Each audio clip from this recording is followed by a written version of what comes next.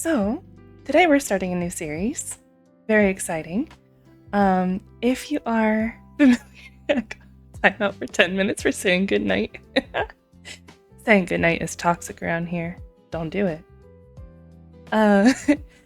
If you are familiar with the game Disco Elysium, this game is similar to it. If you're not familiar with Disco Elysium, that's okay. We will play it eventually. I want to play games blind. Problem is, I've already played Disco Elysium, so I'm waiting until we have a little bit of a larger community, and then I want to do a group let's play where you guys choose, so that way it's still kind of blind. Good morning, have a good day. Thank you, Oni.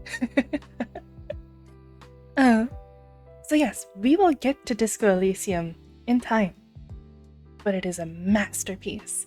And so the fact that this game is heavily inspired by it, I am so excited. Disco Elysium is my favorite game. And so it's D&D meets Disco Elysium. I don't have any other words because I haven't really looked into it much. That's the whole point, right?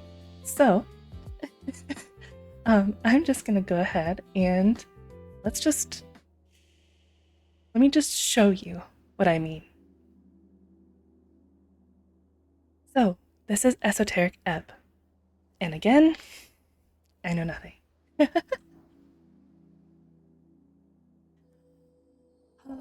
I'm excited. Okay, so this is supposed to be sort of D&D-ish, and my understanding is that you can either be a race car outside of my apartment, or you could be a good boy, or you could ruin everything and cause chaos. I'm going to answer all of the questions to how I feel is true to me, and that will typically be vroom, seriously. I typically tend to be a very lawful sort of a player. I don't think I'm going to be a bad boy, but hey, maybe I will be. We'll find out. So, new game. So here we have our stats. And I remember in Disco Elysium, your stats are very important. This will change what you're even aware of. So for example, if my perception is low, then I won't even see clues around me. But if I have a higher perception, I'll see that clue. So there's a lot on this screen to take in. So there's different lore. Every shepherd knows the song. It bellows up the river. Earth lives in that sliver of land. It's from Torna's Lament, a folk prayer. Have uses. Higher strength allows you to equip extra items, okay? Be violent and are manly, which is useful in encounters. Religious fervor and aesthetic nationalism. And increased manhood. So this is about strength. If I switch down to dexterity, it is imperative to simply explain to these people they have the right to choose. Belief in oneself is just. Wealth is built from within. Okay. With enough dexterity, you can steal anything. Pick locks and sneak and dodge traps and roll initiative and react quickly as a dashing rogue. Become rich as a Republican revolutionary. Just run away, dummy.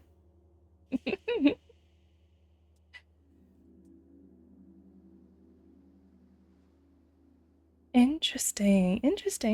Okay, Constitution. Always listen to your hungry stomach. It's needed for hit points. Control your body and its esoteric connection. Your political party polled 2% last week and you don't care. Pain is good for you.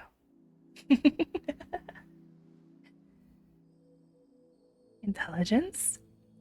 A glorious design. Let those who learn lead, through merit of ability and nothing else.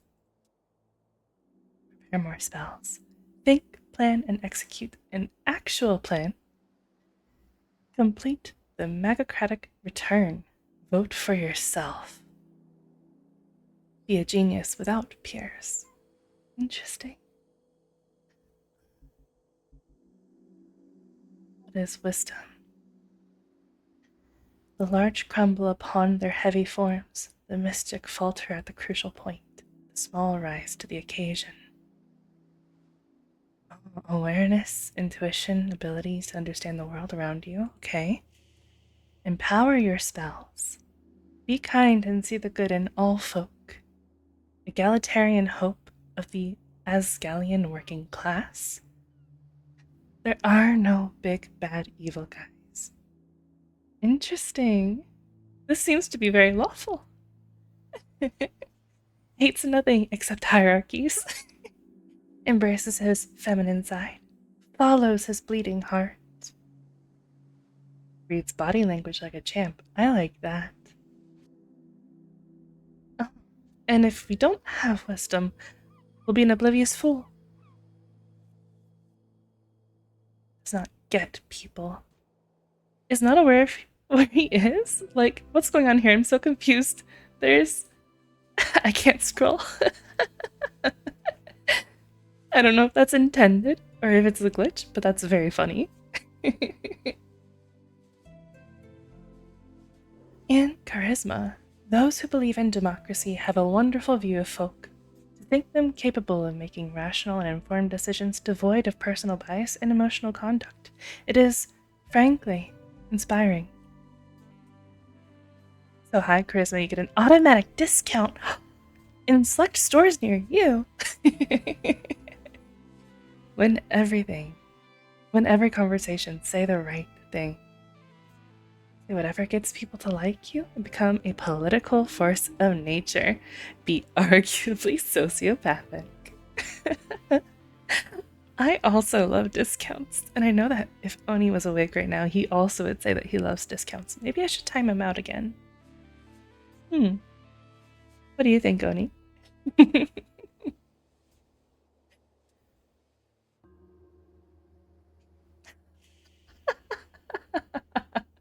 A high charisma cleric was socialized as a child.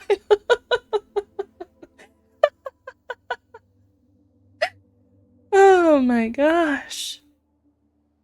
Money. Money, money. Alright, so much like in D&D, we are going to be trying to focus a few certain stats, and then we're kind of going to be taking a few stats and letting them kind of go to the wayside. We'll also have 2 proficiencies, which will, if I know what I'm talking about and I might not know what I'm talking about, who knows, it will give us a bonus. Yeah, a +2 to that stat. Okay, so there's also a background focus. Punching bag. You're a farmer's son who grew up in the city. Of course you'd be an outcast. It took time, but eventually you figured out how to cope with it. Oh shit. Okay, alright. Troll killer. You don't remember it, but you know well how your father died. Sometimes it motivated you. Sometimes it felt impossible to live up to. Kiosk kid. Your mom wasn't around a lot, so to keep you out of trouble, she forced you to get a post-school job. You still despise the smell of newspapers. Oh, wait, hold on. Didn't look like normal furniture. Oh no, they found a mimic. Chat.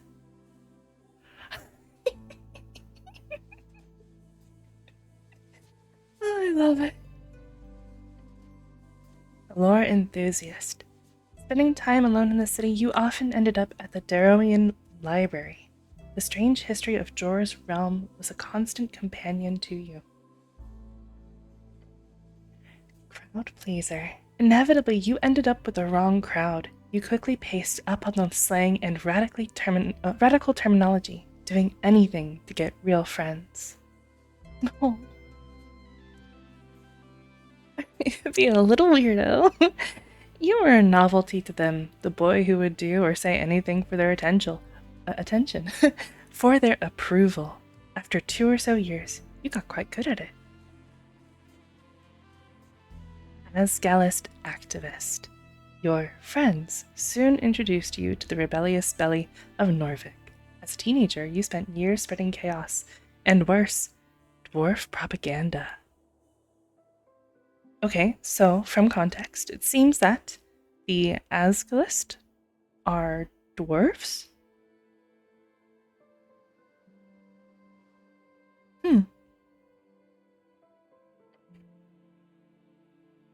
Earthguard recruit. After your arrest, there wasn't much arguing about it. 3 grueling years in training drilled on the city code and virtues. But you survived. One friend.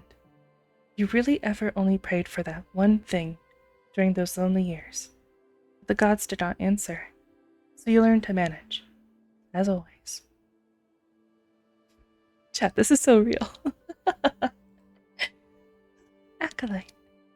Your knack for scribbling got you a promotion to the clerical studies. Picked out of the ranks, you quickly showed deep devotion to your divine city. There's so many of these. Whoa.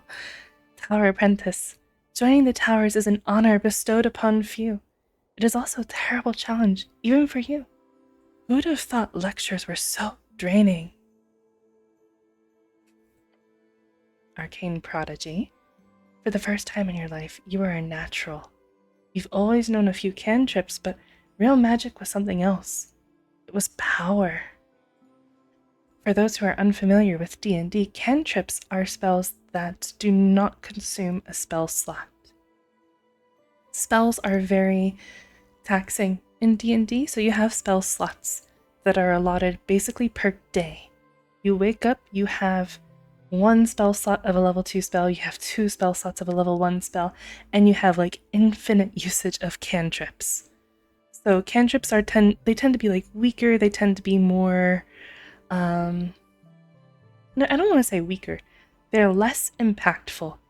They're things that could be sort of negligible in a way. A lot of people would use cantrips to sort of like add flavor text to what they're doing, or like, they'll cast a spell to make their food taste better. It doesn't do anything, but it adds sort of a little bit of something. But used correctly, cantrips can make a big difference. It's been a long time. It's been years since I played D&D, so I don't really have any cantrips in mind. Sorry.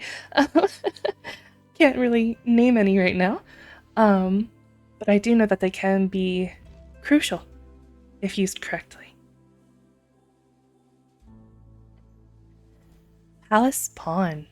As a rising talent, you often found yourself amidst the politicking of superiors, despite your best efforts. It never ended well for you. Faithful Harbinger? I've never known how to say this word. I've only ever read it.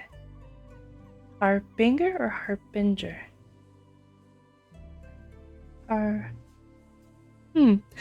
There's something wrong. Praying to a dead god whose whispers linger in the air, slowly fading. You are isolated among your peers.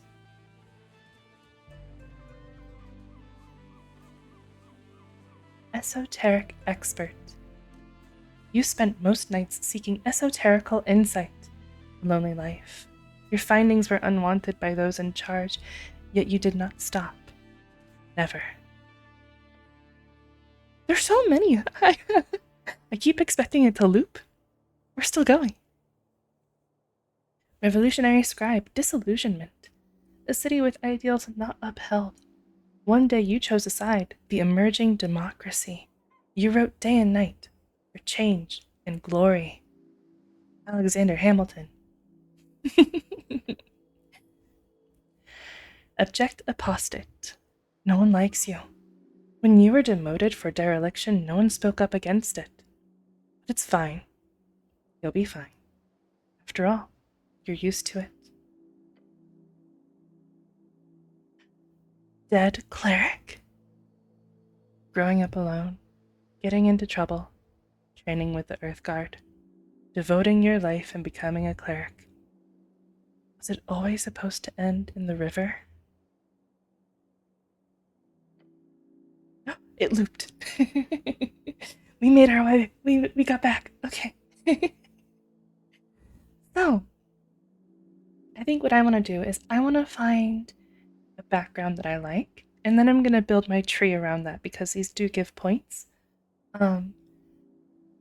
Reading off of the trees, I do like a good wisdom character, I'll be honest. I'm just going to flip through and see which ones are wisdom based. If there are many.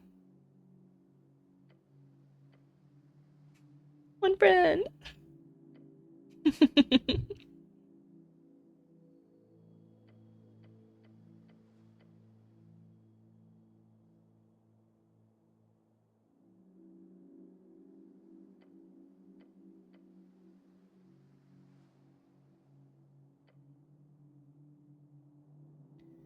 Interesting. Okay.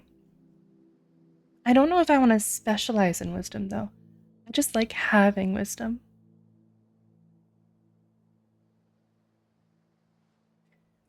So in Disco Elysium, sorry. I almost said Discord, and I was like, oh, I said disco instead of Discord. No, that was correct. Yeah. Okay. In Disco Elysium, you would have these sorts of traits: strength, dexterity, constitutional, intelligence, da da da da da. And you sort of had this internal monologue going on within yourself. And that monologue would be spoken by those traits. So, for example, this is the personification of wisdom. And so, if you had this gut feeling from your wisdom, if you picked up a thing of body language, your wisdom would speak to you and say, hey, look at this, you know? They weren't always the most helpful, sort of felt a little bit schizophrenic at times. Having all those voices talk to me.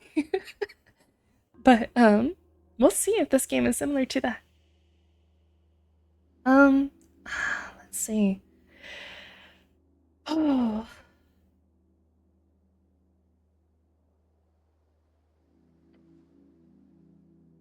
I play games, so don't worry. I understand the voices. The voices.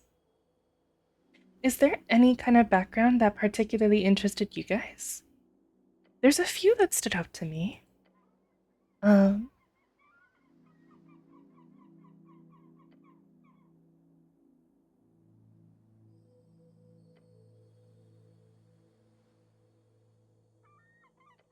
One friend also stood out to me as well.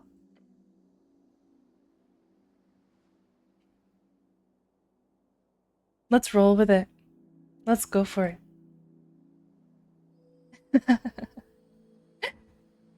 No worries. If there was one that stuck with you and you don't know the name, the sad one. Oh, I felt like there were a few sad ones. The one with Dad, I think that was the troll killer, right?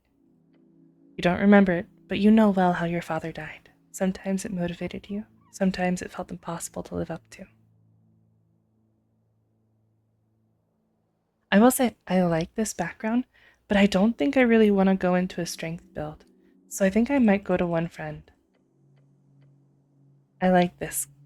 This is very baby sheepy core. So, let's see. I want to have one friend that puts us. Okay, so similar to D&D, you only gain a point here. Like these are our mods. This is what it's going to look at for an actual dice roll is your modifiers. Your modifiers will only go up every 2 skill points. So even though our wisdom is at a 7, it's still at a -2 mod, just like our intelligence, which is only 6. So if we want to get this up, we have to put 1 point in. And that's going to take away from our points up here at the top. So, I know that I want to have some charisma. I want to have some wisdom. It's kind of hard to do like a fully balanced build. You're probably going to have one stat that's just kind of like dunzo.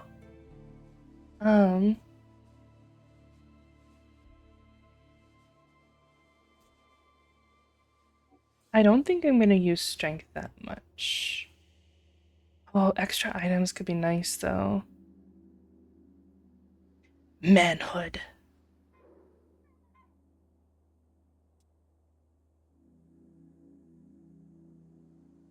I don't think I'm going to be stealing that much. Maybe I'm wrong. It's also important for sneaking, so if there's something I'm trying to avoid, dexterity will be important.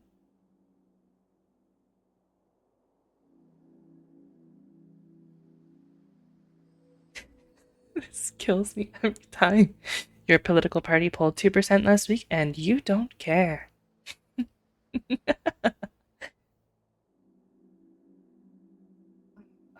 Okay. I'm so sorry. I'll be back in just one moment. I hate going to break so soon. Something's just come up. I'll be right back. So sorry.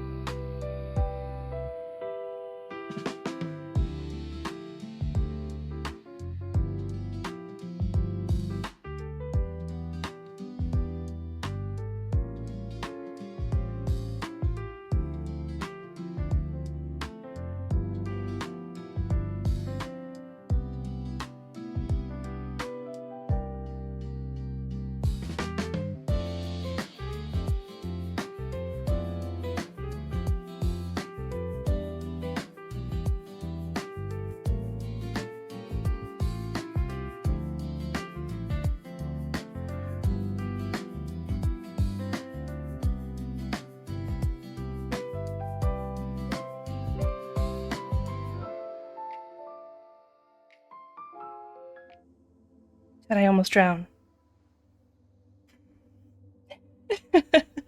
Sorry. Alright, so let's take a look.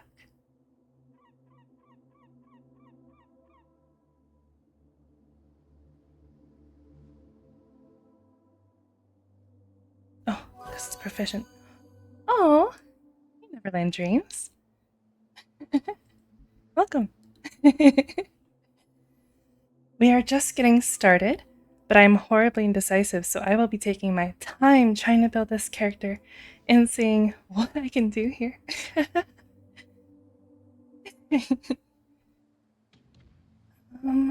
Let's see. Intelligence. Those could be good to have. I know I want to have some charisma and some wisdom. I want to have some of everything, though. Is there a way that I could get it, like, kind of balanced? It's eating up a lot of skill points to do that. It took you a long time to decide every time you played the demo. I haven't played a single bit of this game so far. I'm so excited. uh, let's see. Hmm.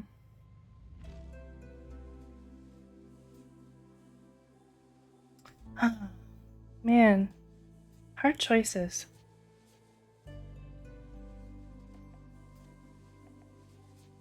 I might have to accept that I'm bad at some stuff.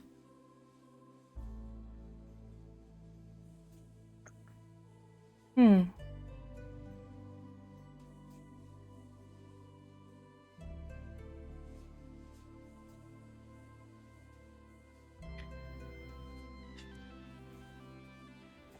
I want to be a casty kind of a guy, I think.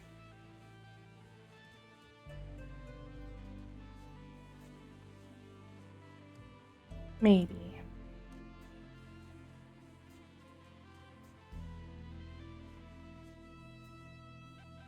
A high intelligence cleric votes for the best wizard. That's you.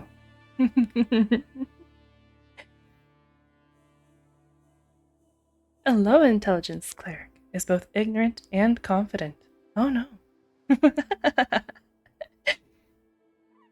These are so sassy. Is barely sentient, cannot intentionally solve mysteries, and is an idiot. Duh.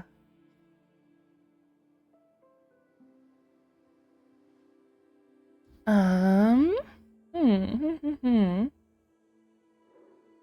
No, I don't want to be professional. I just want to look at it. I just want to look. I just want to look. I want to be good at stuff. You know? Hmm. Oh, we can only get to 15. So we may as well stay at 14 because it's still a +4. Good to know. I want to die. I want to. Ooh.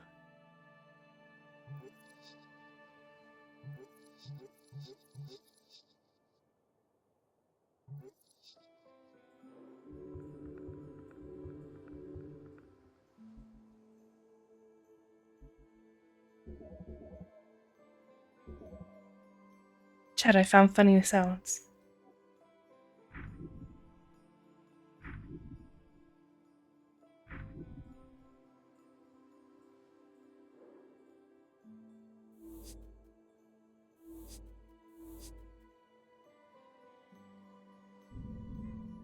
Ah.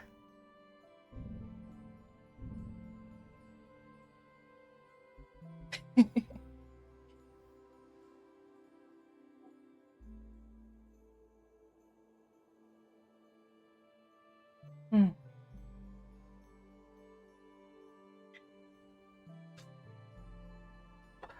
Let us be.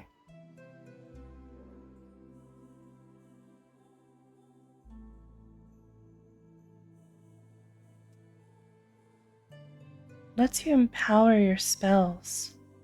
Ah, that could be quite interesting. I don't really know what that means right now. That could be quite cool. Oh, that's right. High charisma gives me discounts. Let's go.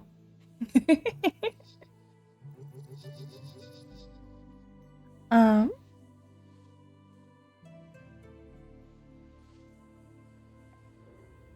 I'm very squishy like this.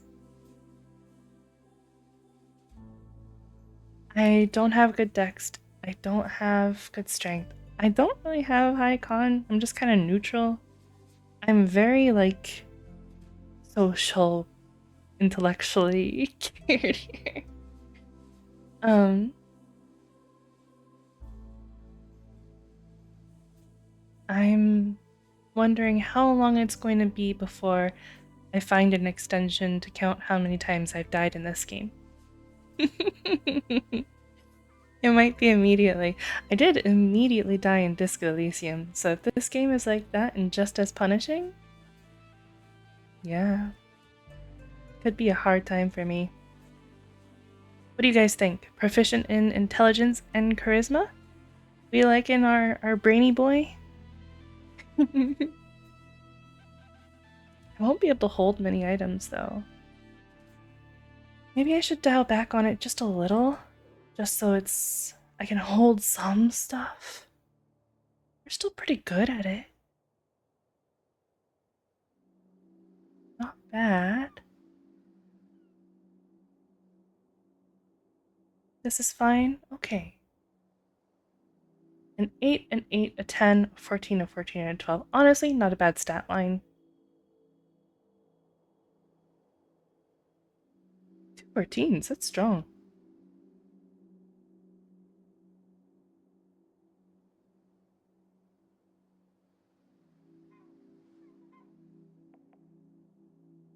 See. Interesting. Okay.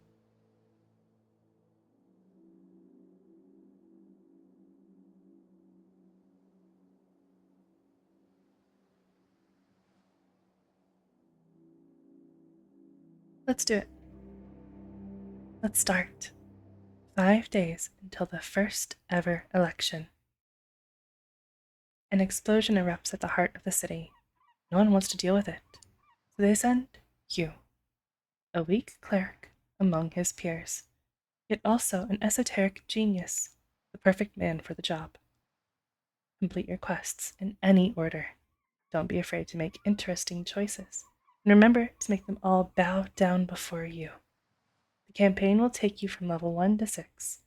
We'll play for about 5 to 8 sessions. It's been a journey to put this together. I hope you have a good time. Chris. And only 8 strength? Just avoid going solo in the dungeon.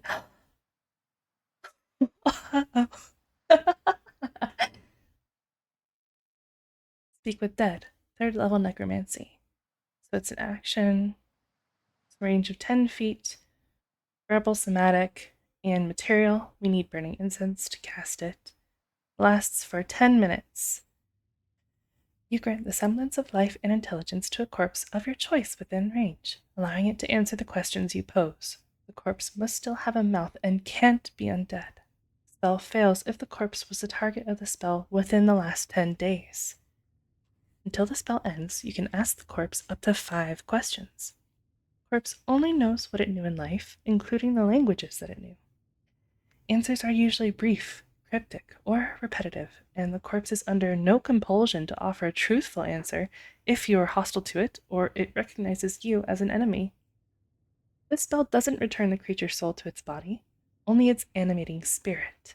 Thus, the corpse can't learn new information, does not comprehend anything that has happened since it died, and cannot speculate about future events. Okay.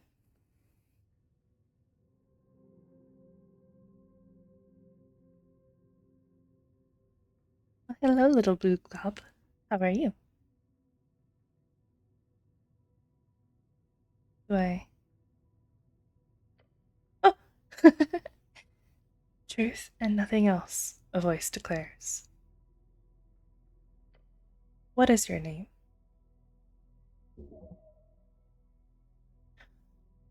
Ah, I rolled a success. My intelligence says, Ragan? Your name is Ragan. It's quite hard to say. And in your statement of citizenry, Ragan Hemlin.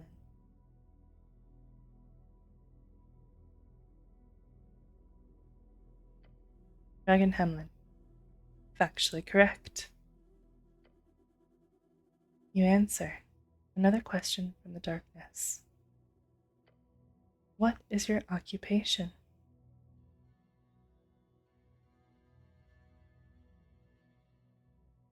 What is an occupation in this context? My wisdom says work, getting paid for labor. Dexterity failed. Didn't you have a job? Something really important. Couldn't remember because I failed. Constitution, your class. Tell the voice about your class. So this would be speaking, a response. It's got the quotation marks. This is more thinking. class. What class am I? Lower class. You are a great spellcaster who will rule the world one day. I'm not sure any answer is good here. Just go with whatever works in the moment. You are a city cleric. Nothing more. I'm a goddamn wizard. I'm definitely a cleric. I'm awful at everything. I'll say I'm definitely a cleric. Your true calling. It takes a while before the next question is posed.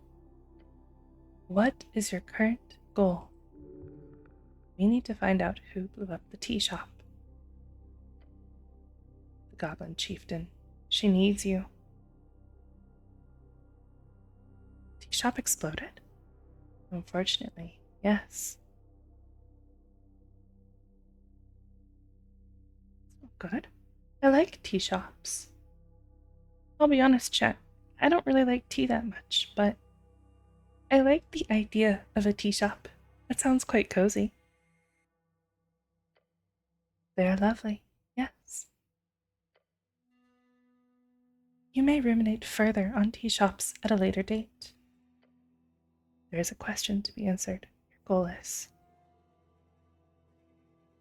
Why all of these questions?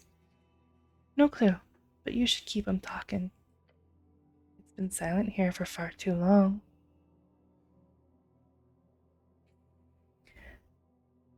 The goblin chieftain? Is that right? You know it to be true. No reply, no feedback. Then the voice asks, what is your political affiliation? The question strikes your entire consciousness, sending it spinning. If you care for your fellow, vote for the Asgalists. It is the duty of the powerful to lead. That is you, no one else. The Free Striders, maybe? Then again, you're no revolutionary. Things just move way too fast these days. Elections are exhausting. It hides in the back of your skull, a fact that you are bound to be a nationalist. And it frightens you. Sure.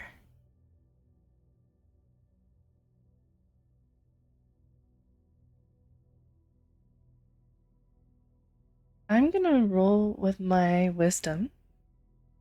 It advised that I go for the Asgalists. And I do care for the people, so the Asgalists. Life is a struggle to alleviate oppression. The exiles know this well. You have supported them in the past. Time to do so again. The voice is fading. This is the end. The final question. How did you die? Same way you lived, unable to step out of the uniform. Not for 1 second.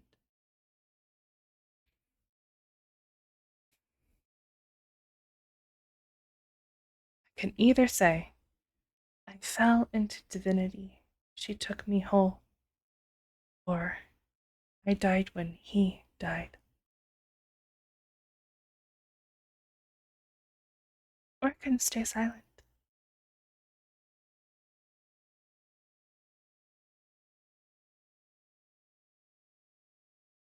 But I think I fell into divinity. I think that's how I died.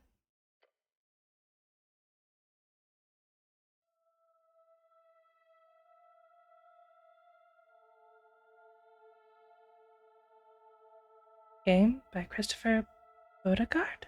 I'm so sorry if I mispronounced that.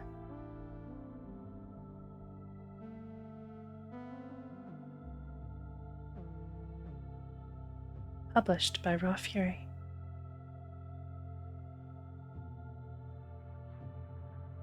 Sound design by Isaac Johnson. Music by Anders Bach, Brian Botts, and Christian Paulson. Illustrations by Oscar Westberg.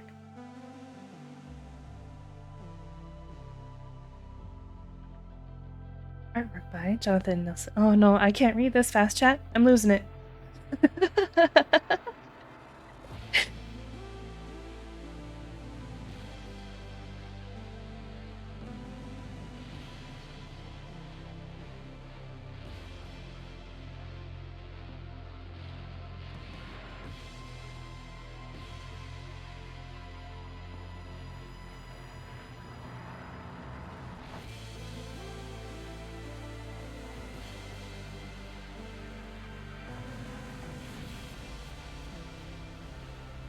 Cool.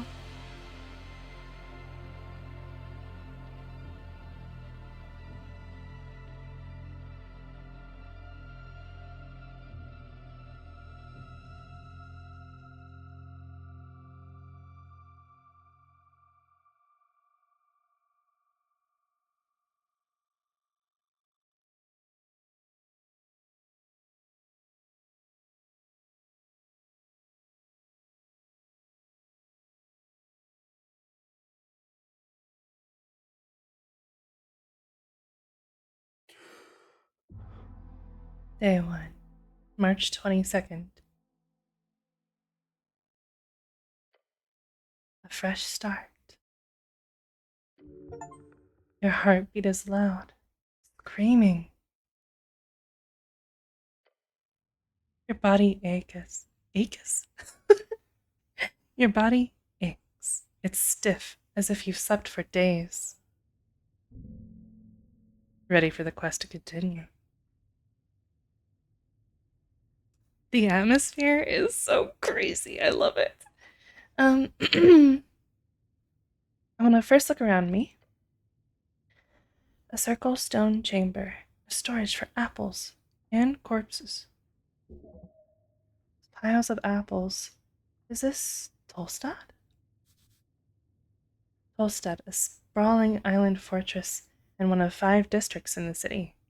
It sits in the middle of River Torna, home of Jor's Pillar, sprawling tunnel network, and Water Lane, the greatest trade hub in Askany.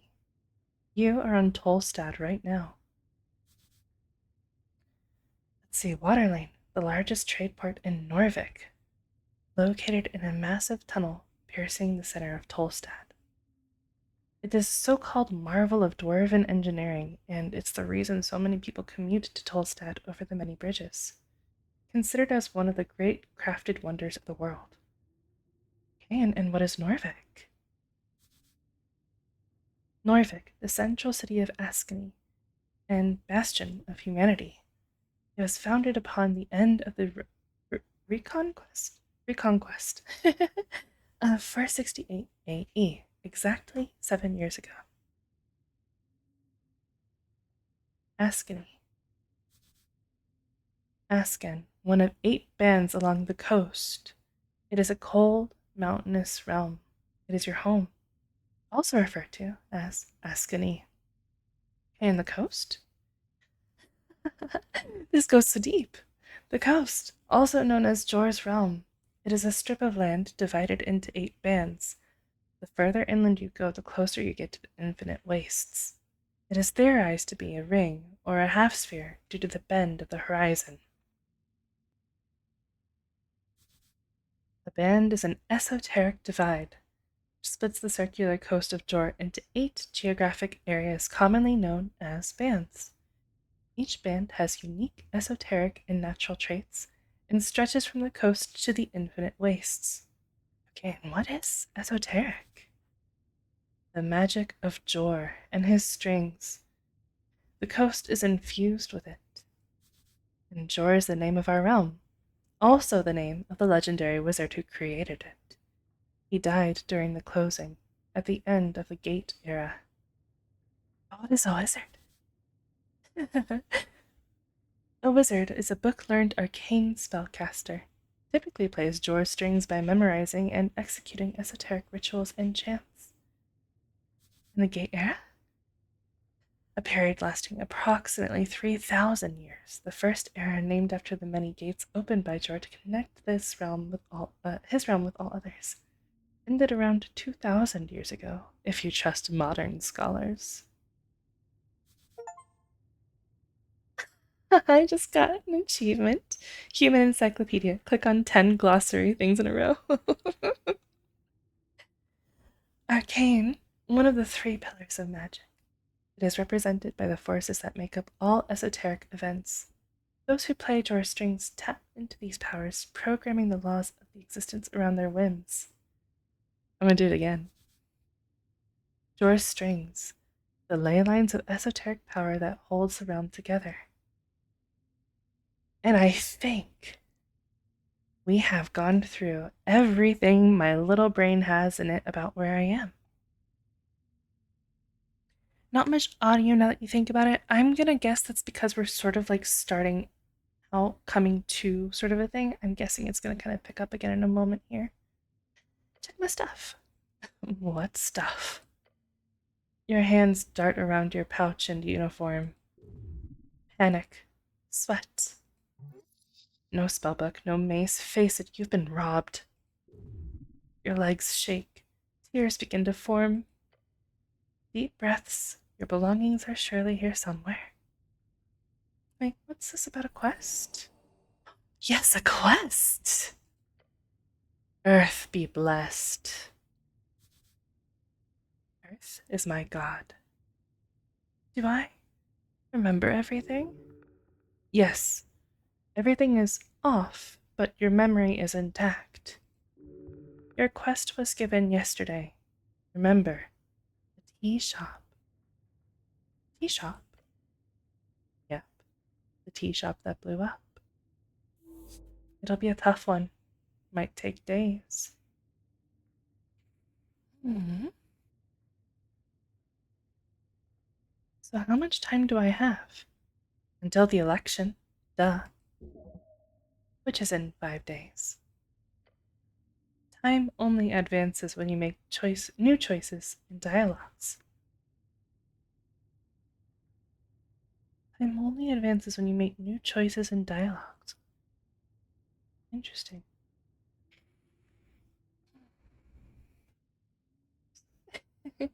There you go. A quest. I like those.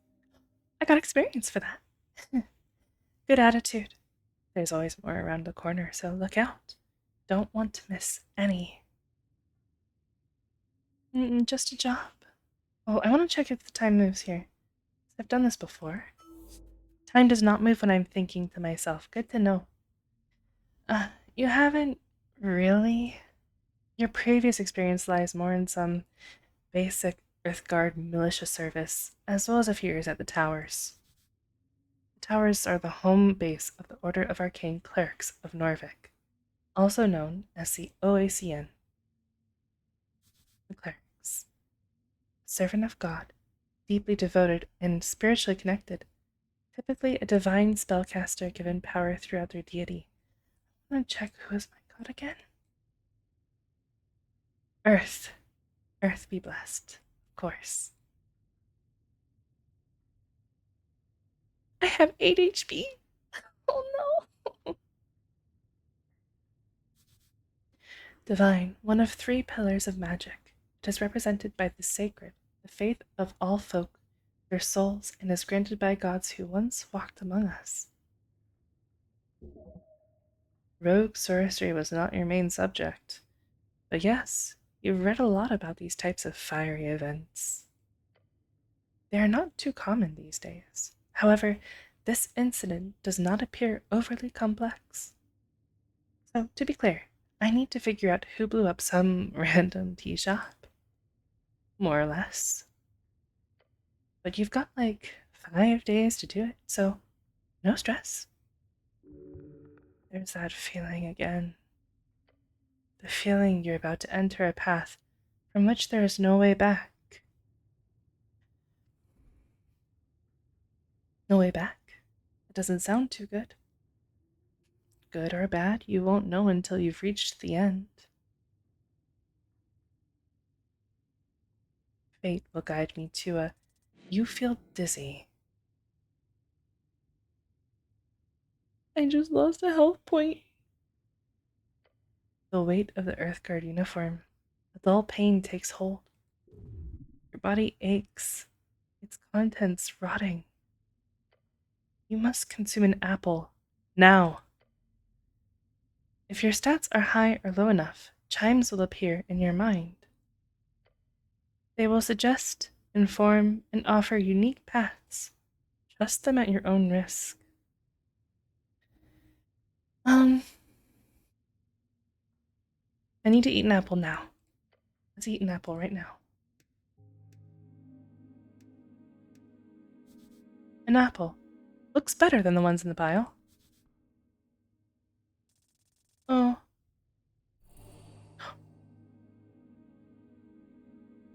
Vitality surge? Okay, thank you.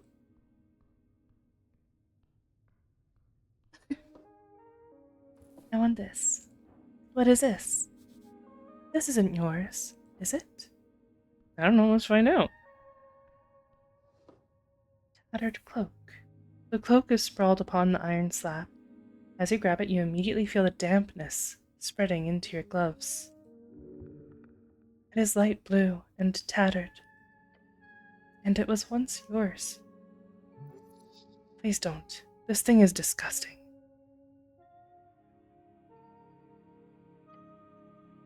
The filthy liquid falls to the floor of the stony chamber. It smells of salt water. It is still quite wet. It is heavy. Should I wear this? No. But I'm not a rogue? Sorry, the word I am not a rogue is not in your vocabulary, actually. Please rephrase. That's not one word, though. So pedantic. So unrefined. Shut up. You reach for your fancy red pouch of holding. The cloak easily slips inside into the extra-dimensional space with a satisfying slurp. I really love my pouch of holding. Yes, you are very lucky. These are like 1,000,000 crowns on the market. Crowns, the Norvikian crown, the main coinage in Norvik.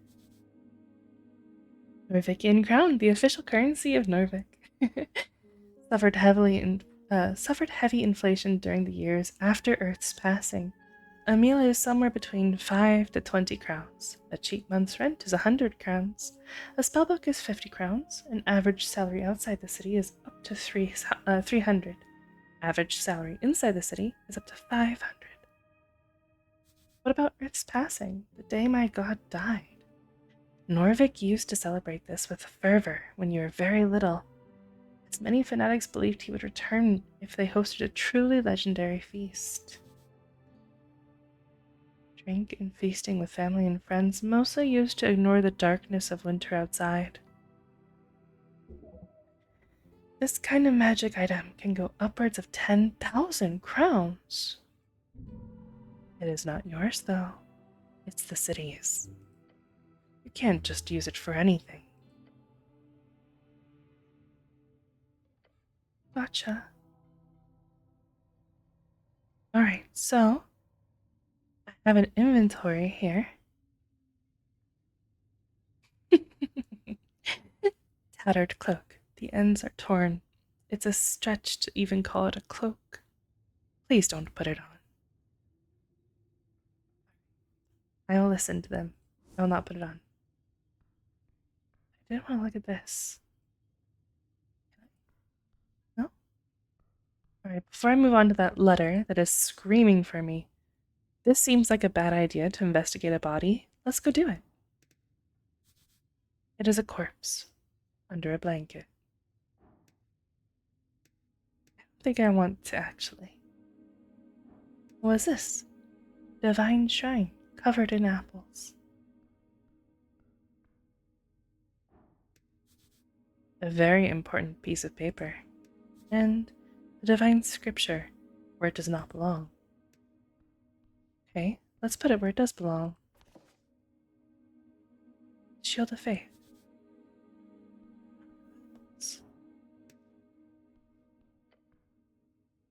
The runes fill your senses as you approach.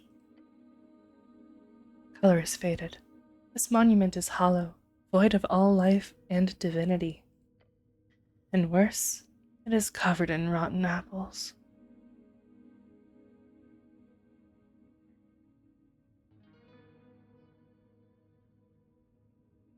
Can I pray here? To what exactly?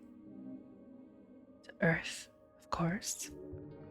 There are many gods listening to our prayers, always. Just remember that they might not respond so clearly. Earth, I need to pray to Earth. You may pray as you wish. There is an internal element to it that is underappreciated. Are these rare? No, you will find shrines like this all over Norvik. They're still around, huh? A remnant of blindness and decay. It's just a sacred shrine left in this state. It's an insult to Earth and all of his people. Indeed. Yet, you are very much aware that this is not the worst you will see. You'll have to fight hard to keep Earth's dream afloat.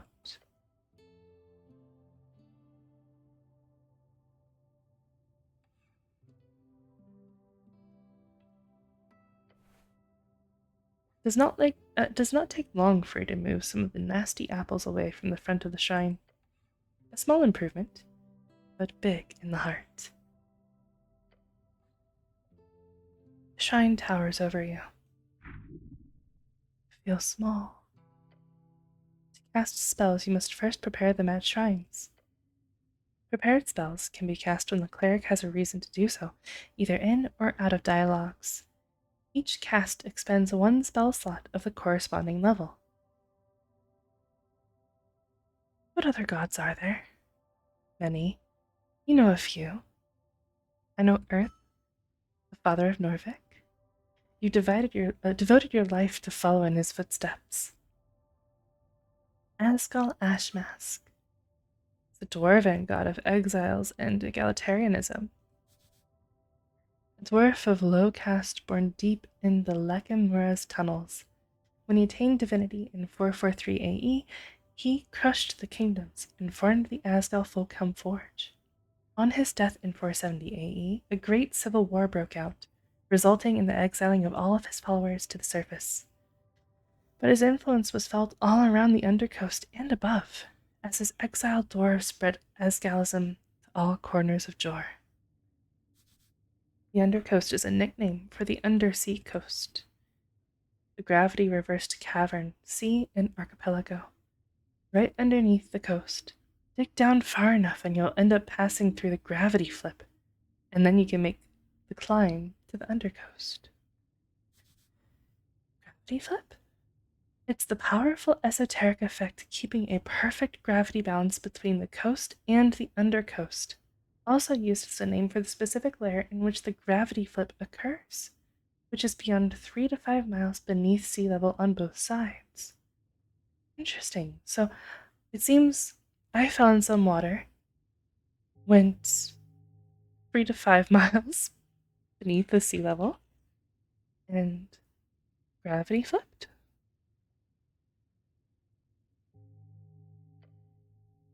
His followers do not pray for him, for he is not even seen as a god by most.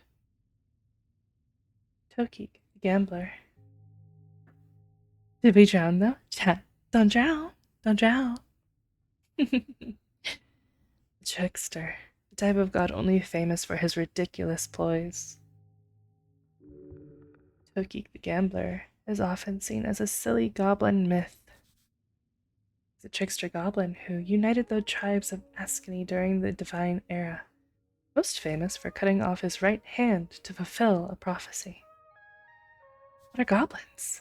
They're short and green, got claws and fangs, little monsters. They've got 3 tribes in Norvik and are considered somewhat civilized. Monsters? They're short for monstrosity, defined as a non-sentient creature born out of magical means, often by combining various natural beasts or from curses or esoteric events. I'm just going to turn up the sound a little bit because I feel like I have the music a little low. It's quiet, but it's there. How's that, chat? Let me know if it's too quiet, too loud. It kind of comes and it goes. It's very, wavering. In truth, there are a few goblins who still worship them after the conquest. The correct way of referring to the historical event in which humans founded Norvik. Most humans, however, refer to it as the reconquest. Humans are tall and beautiful, like yourself, known as the pest of the coast by those who are less inclined to reproduce like rabbits. There is this sort of trope in D&D that humans will procreate with anything. You have a lot of half races, and it's always like half human, half dragon, half human, half elf, half human, half dwarf. And one of my friends, they had this concept idea for a campaign where they wanted to have the whole party be a bunch of half-breeds because they all shared the same father. And so the whole plot of the campaign was them trying to find their shared father.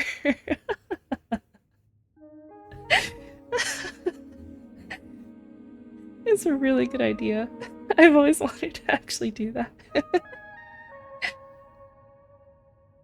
Praying to Toki would if you were for some reason would get a response. If for some reason you would get a response, only result in the exact opposite of whatever you wanted. To know? These are not actually gods, are they? No, not gods, technically. It is complicated. These are the common divine avatars known to the various folk of Norvik. Long ago, the true outsider gods invaded Jor's realm. When the gates shut, their divine essence awakened walking gods along the coast. A walking god is a term used to describe the divine avatars who rose and fell in and around the divine era. Most major religions on the coast today are built around these figures, and their influence can be felt everywhere. Earth was the last known walking god when he faded 27 years ago. Oh, that's fairly recent. The divine era, the third out of 5 eras. When the first gods were born out of mortal folk, and power began to entirely fall into their wonderful and fragile hands. Eras are modern scholars divide history on Jor into 5 eras. They use canonically important events as starting points for these eras, although this was easier when the arcanists of Old Numenor still had a common consensus. Not everyone agrees the so-called post-war era has even begun, let alone what it should be called. It's kind of similar to how we divide different eras as well. But what is the post-war era? Current era has lasted 27 years.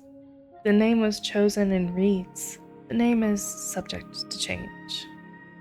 Post-war, 27 years ago, seems the war may have been the reason that Earth died. Take a moment for some water. The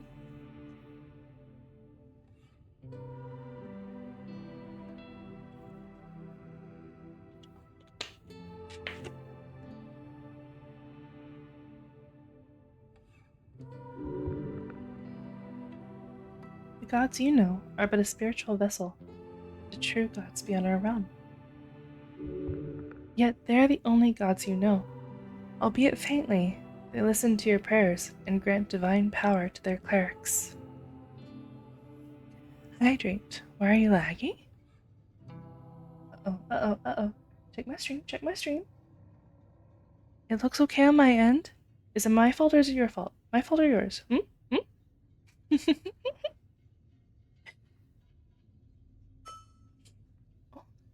ruse played by powers in the beyond. It's your fault. Oh no. Ridiculous. I'm done. So you are.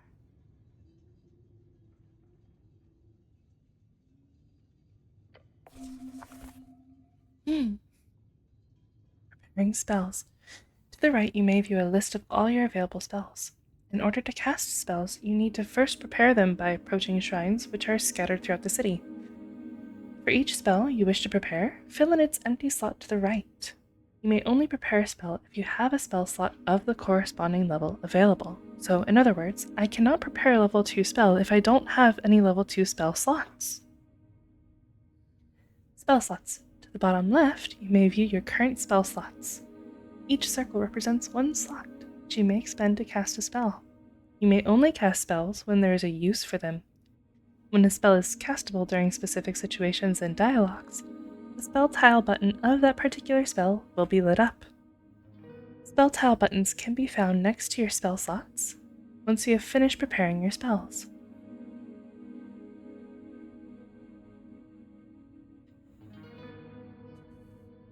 Okay. So these are my spell slots.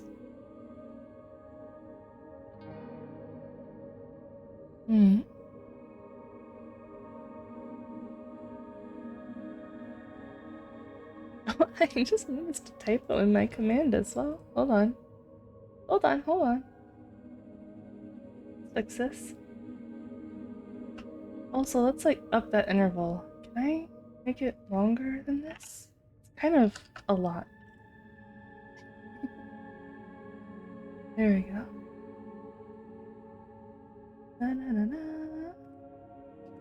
Yay! It should be every 15 now? We'll see if that's still too frequent. We're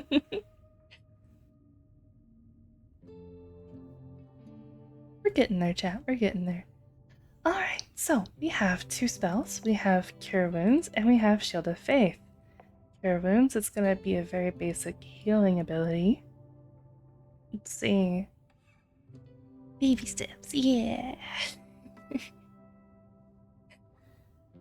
So, can I prepare both? I can.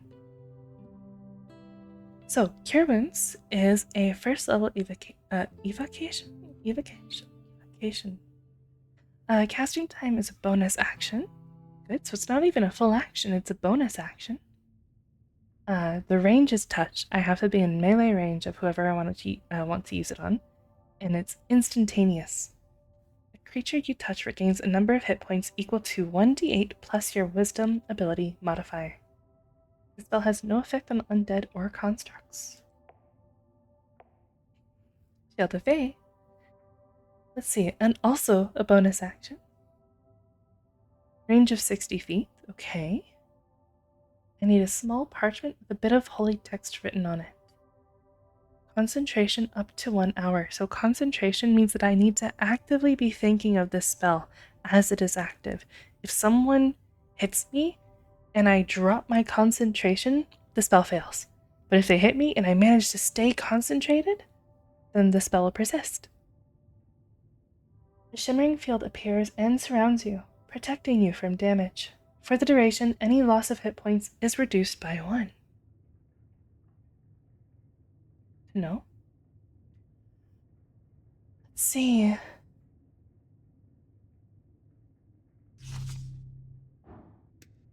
I want to engage more. I want to pray. Staring at the chiseled monument, you focus your mind. Take a deep breath and begin your prayer. And tranquility. You let your mind go through the basics of what you know. The tea shop was destroyed in the middle of the day. Minor injuries were reported. Your goal is to enter the tea shop and investigate it properly. That is it. The first election. Your vote won't matter. Your vote will be the most important of all. Ask those around you what they will vote for, and you might find your own voice along the way. Identity is not easy. It's everything from faction to home life to street. What you choose might be a first step. Choose wisely. Can I return here when I have more things to think about? Always. Can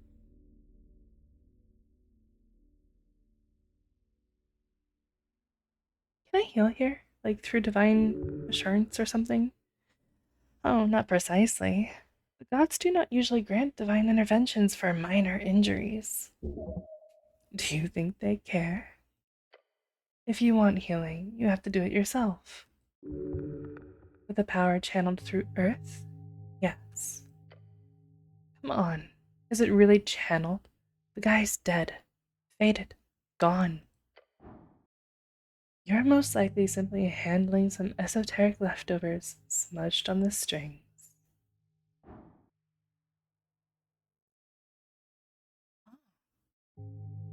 So, DC is a difficulty check?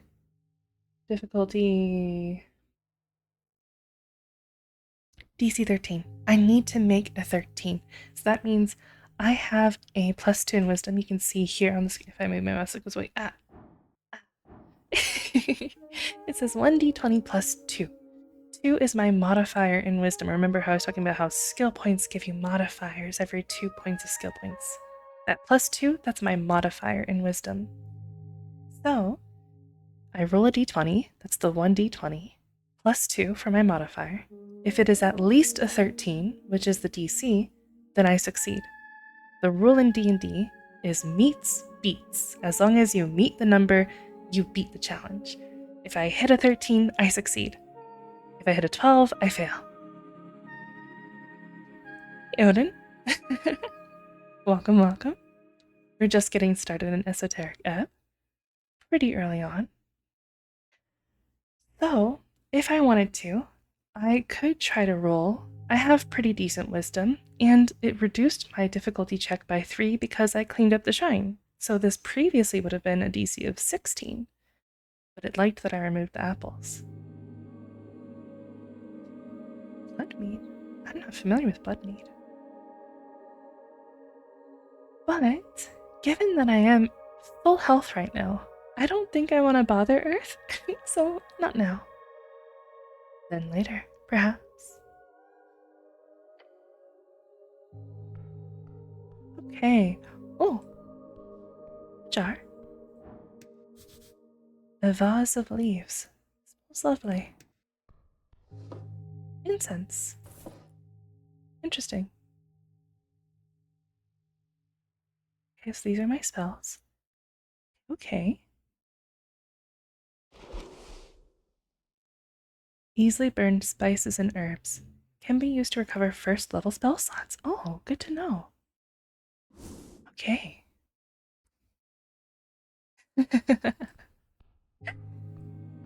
You know, I've never been diagnosed for ADHD, but it is possible. Let's see. A very important piece of paper. A voting card. -1 intelligence. A scuffed voting card made out to Ragnar Hemlin. Hey, that's me. It's from a dwarven office for some reason, and someone has checked in all 5 parties on the list. You need to bring this to a polling place on election day if your voice is to be heard.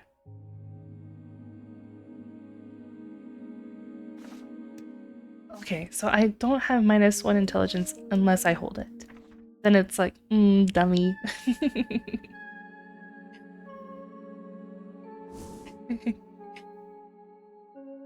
I do see that there's someone over there. I see that there's a collection of apples. Yep, okay. Yes, I see the apples. Very appley. This one looks good. Okay. Understood. Got an apple. Oh, hold on. Look first. Look first. The guy. He looks indecisive. Let's engage. You approach a shambling man by the apple pile. He does not acknowledge your presence. Let me say one thing, and it's coming from me, but you're not smart.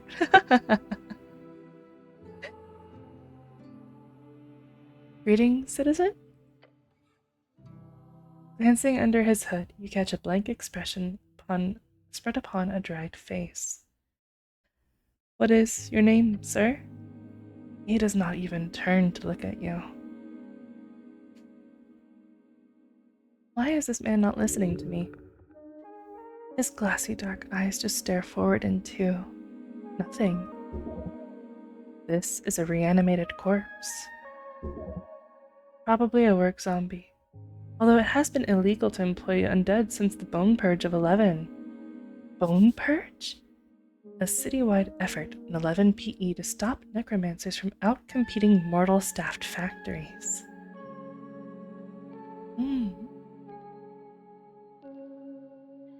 What is he doing? The zombie is attempting to clear a path through the apple pile. He's probably been at it for a long time. Should I defeat the zombie? Well, that would be pretty scary. You should probably speak with the owner first. Okay. Do that. I don't want to mess with him, but I don't think I can get past him either. Over there. Basket of apples. Some look okay-ish.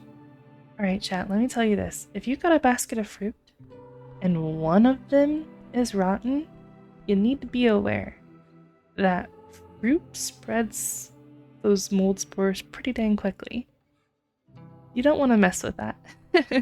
If only some are okay-ish, I don't think I'm going to eat any of them. If there's a single one in there that doesn't look okay, I'm out. Spiral staircase. Ancient. Okay. Ancient architecture. Can I? There we go. Enter.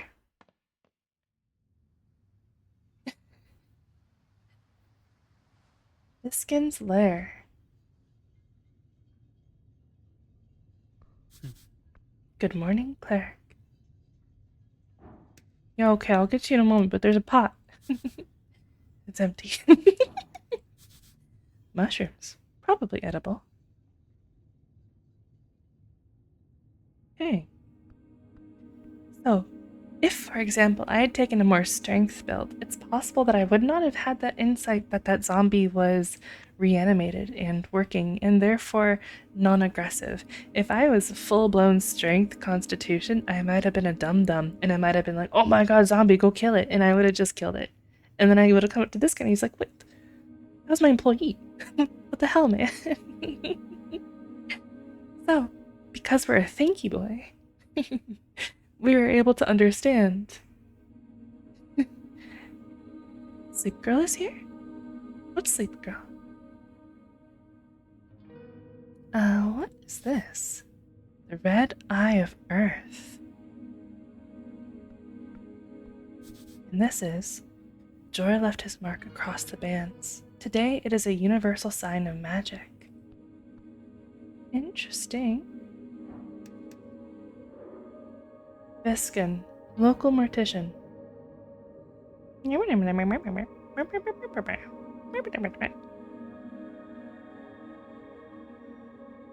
Oh, Oni? Oni's always sleeping here, but Oni's not a girl. I don't know. Intelligence. Behold. Oh, I uncovered some information. He's human, from Reed's folk. Level 17 entrepreneur. The pale man handles corpses in a basement. A typical self-employed city contractor. You remember hearing about this man. He used to be a dentist and a surgeon. Moo moo. Me me me me. Okay. We have beheld him. Hi. Mm-hmm. The pale man sits hunched over a stack of forms. Busy at work, his pencil slowly filling out line after line. On the top paper, you see an icon of a serpentine drake. A great perch. These are official documents of the city. A perch? Great perch. The drake-like sea creature found along River Torna. Earth was known to tame these creatures, and eventually the great perch became the symbol of his great city. That is the great perch of Norvik. Up and about, are we? Wonderful. I am Viskin, local entrepreneur and proprietor of this lich house. It appears you don't really belong here, but if there is anything I can do, cleric, just let me know. What is a lich house? A mortuary, a holding space for dead bodies. During times of undeath, they are known to be heavily guarded. Thank you, not so smart. I think Oni is here. I think Oni's fast asleep. He said hello and then he was gone. Well, no, to be fair, he said hello and then he got put in timeout in chat for accidentally saying something that set off my automod. Completely innocent. My automod was too strict. Let's see. He smiles at you. Yet his eyes say something else.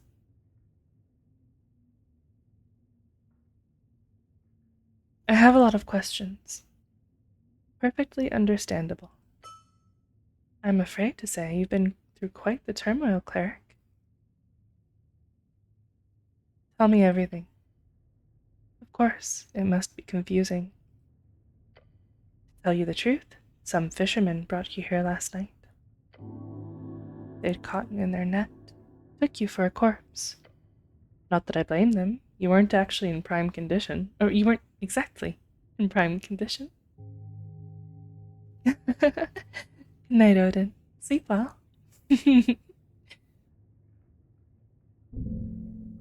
Prime condition? You're always in your prime condition. Fair. You quite literally live in this filthy uniform. No wonder they thought you were dead. Wait, how did you end up in the river? Oh. Not leaving? Okay. Feel free to stay around. Fall asleep to the sounds of the little bloop bloop bloop bloop. The sounds of this game have been very interesting. It's almost like I get 80s vibes. It's sort of like electronic. Yeah, like 70s, 80s? No, 80s. 80s. And earlier, there was like a little bit of like I want to say a little bit of a rock vibe. Like 80s electric rock. Very synthy. So, how did I end up in a river? I'm afraid I don't have much to tell.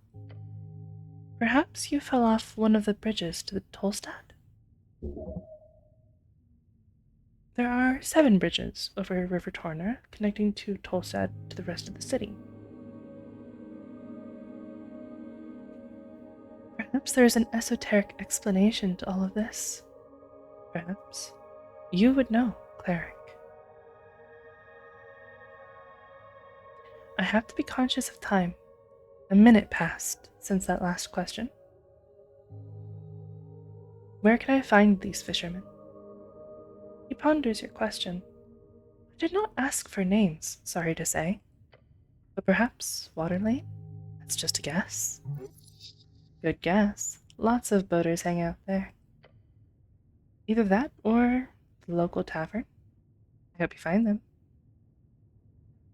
I have some other questions, I think. Do you now?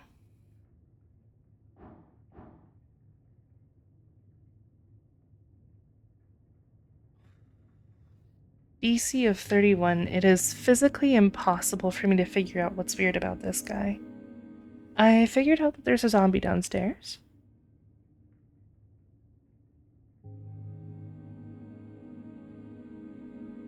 There's a zombie in your basement.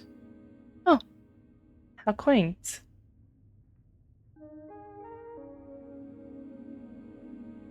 Sure. Why is it there? We are closely connected with the city below. The undead seemingly wander as they please. City below, short for the city, below the city. A phrase used to describe the incredible amount of tunnels and ruins below Norvik. Lots of monsters and stuff end up down there. Also riches if you delve deep enough. I have your wisdom? Oh, it's physically impossible. The highest score I could possibly get was a 22, and the challenge was set for 32. So, unless talking to him grants me another 10 wisdom, I don't think I can. The city below the city. The vast ruins found underneath Norvik. Most define it as the parts of the city not yet civilized, although there is a legal definition set in place for each individual district. Just try. No, I'm not gonna do something that's gonna fail. If this game is like Disco Elysium, which it is inspired by, there's punishment for failing. Like, for example, this would be a wisdom check, and if I fail, I could start to be self-conscious and have maybe a negative to future wisdom rolls. So if I know for 100% fact it's impossible for me to succeed, I'm just gonna let it go.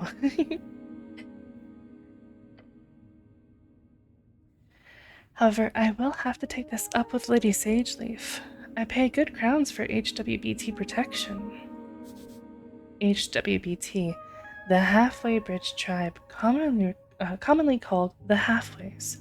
One of the 3 goblin tribes in Norvik, and arguably the most influential, despite their small size. Led by Lady Miska Sageleaf, with their headquarters in the Goblin Garden on Tolstad. Loki did not win. Trickster. Goblin Garden, a dwarven-built citadel sitting at the southernmost tip of Tolstad. It is now a goblin sanctuary and greenhouse. Oh, so it's all a misunderstanding then. Good.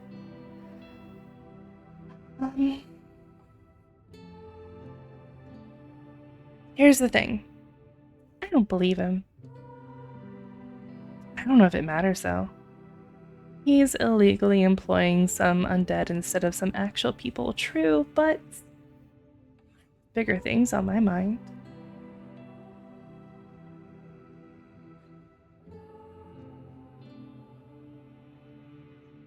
Plus, it looks like he's got a guard here. This little guy with a crossbow.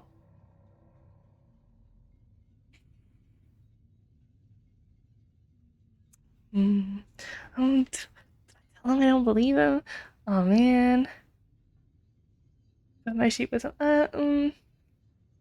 you know what? I'm gonna pick my battles. Great to have that cleared up. I have some other questions.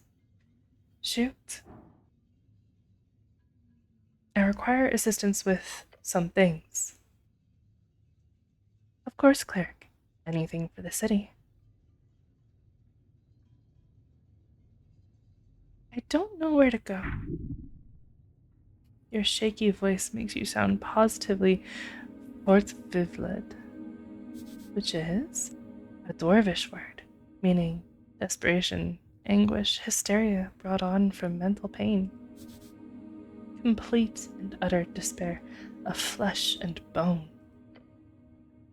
I don't mean to tell you what to do, cleric, but there is a certain rumor that our local goblin chieftain is waiting for you. Goblin chieftain? Lady Miska Sageleaf is her name.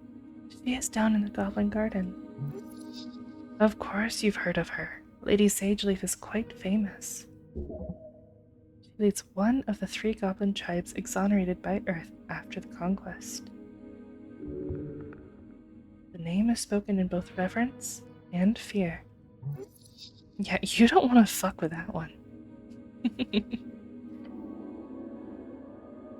They call her the Dragon of Tolstad.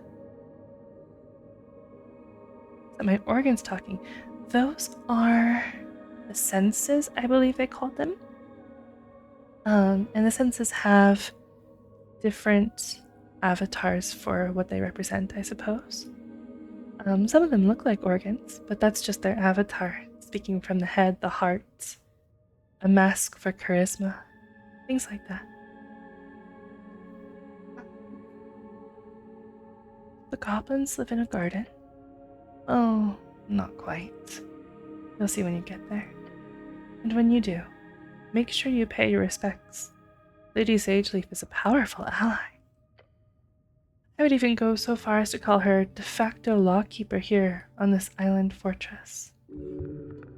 A sliver of genuine tone slips out. He has great respect for this dragon. Wait, this is part of a job? Working with some petty goblin queen? You may find her at the southern tip of Tolstad, the pale man says. He keeps scribbling on his papers in front of you. He does not value your time. Thank you. Great. Anything else you wanted to ask? No. Before you do, make sure to collect all of your belongings. What belongings? Quite a lot. Your uniform, your cloak, and also a voting card. A peculiar voting card. Every party had been marked on it. I'm assuming it's yours. I'm not sure if it's mine. Maybe, possibly. Actually, I am quite sure it's mine. It had my name on it, so yeah. Sorry, I'm indecisive. The pale man ignores your comment. I asked Os to lay the surviving pages of your spellbook to dry. Over there, he says, and points across the chamber. He then looks at the pocket watch on his desk. That is an esoteric pocket watch. You may have it, cleric. It will surely prove useful to you. Esoteric pocket. An area overtaken by esoteric magic, exceedingly rare among the coast. The further inland you get, the more common they are, with the infinite wastes being theorized to be filled with nothing but. An esoteric magic is a term for naturally occurring magic caused by the shape and form of Jor's realm, sometimes called wild magic, or Jor's discord. And for those unfamiliar with the English word, discord meaning chaos. It's not just an app. Inland, a term for travel towards the endless waste, away from the coast. Beyond that, you should be good. Did I have any weapons on me? None, I'm afraid. It must be at the bottom of River Torna. Good. You do not need arms in this city. You need heart. Oh, shut up. A good blade can make anyone speak. Got it.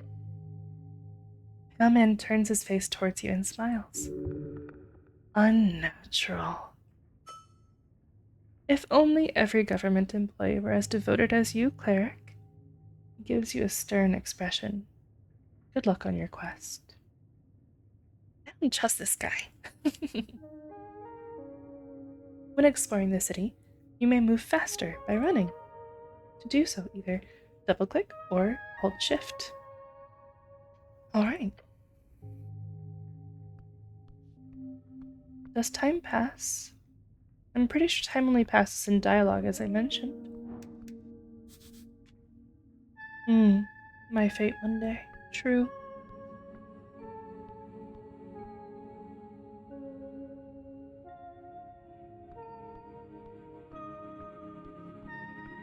Let's see.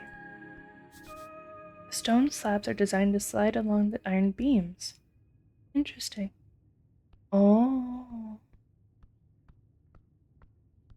Interesting. Why would they need to move?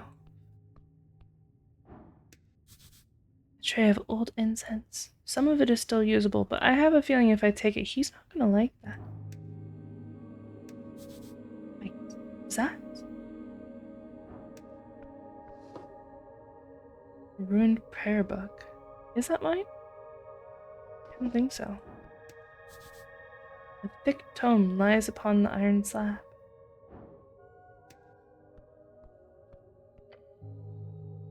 You flip the tome open. There are fine and handwritten letters scattered along the pages. You can read these symbols. They're in old draconic Diminorian. Interesting. De verbis draconum ars occulta. The author's name appears to be Calum Diminori. Diminor, the arcane era name for reeds, often referred to as Old Diminor. The name was changed by Free Strider revolutionaries to mark the end of the old magocracies. Interesting. Reeds. He was from Reeds. The, partition. It is Free Strider. The new way. People in the East have overthrown the old wizards and gods. For years, the revolution has slowly crept into the city. Now it's the time to finally join the free cities and get rich. Free cities, a collection of city-states and reeds, all united under the golden banner of Free Striderism. Norvik will join them one way or another. Reeds, one of 8 bands along the coast. It is a temperate land of lowland and many lakes, commonly seen as a homeland of humans. Large portions are still cursed, holding entire undead cities, eternally burning valleys, and floating mountains. Hey, old draconic. Yes, the tongue of the dragon masters of Old Diminor. A term for Diminor, often used to refer to the band before it was renamed Reeds during the end of the Coast War capitulation agreements. Some say it with sarcasm, some say it with pride, some say it with fear. Coast War, the Great War, a conflict between the Arcanists of Reeds as well as every other nation connected with them across the coast. A horrible waste of human lives which claimed millions of lives. There was no honor in this fighting, that you know. A near century-spanning conflict between every great nation of the Arcane Era, scholars estimated it claimed more than half of the entire human population. It is said to have begun in 398 AE by the inciting spark of assassination of Princess, what the hell? It is said to have begun in 398 AE by the inciting spark of the assassination of Priestess Ilona, and it generally agreed to have concluded with the fall of Thazin in 481 AE, 57 years ago.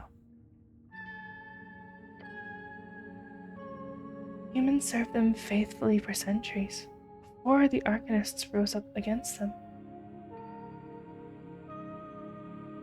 Is time passing?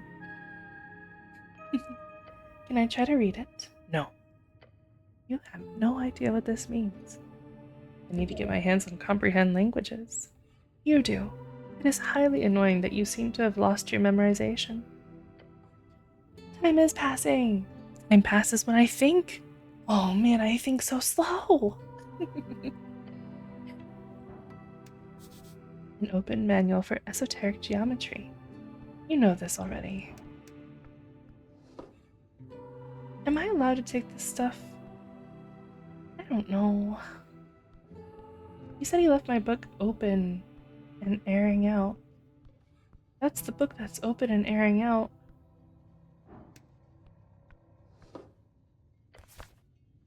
Book is ruined. Most of the pages, while dry now, have been completely drenched in salt water. Absolutely and completely ruined. Only a few pages of the soggy, brackenish papyrus pages are readable. They appear to contain some type of undecipherable symbols. Ascani writing. One of the most basic kind. Wait, oh no. Someone has attempted to dry this to the best of their ability. No, no, no. By Earth. This is your prayer book. So many hours. Wasted. You would have to rebind the whole thing. Just ruined. It cost a fortune.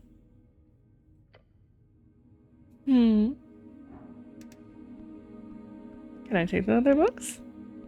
Can I take it? Huh? Huh?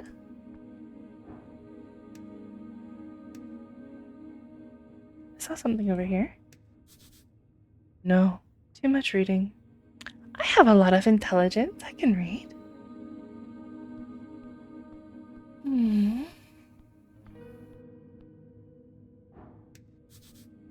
Pocket watch. Yours?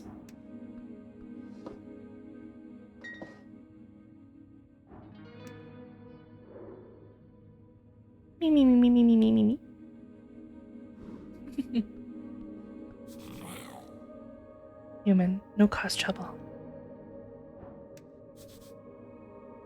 An unlocked chest full of strange rocks.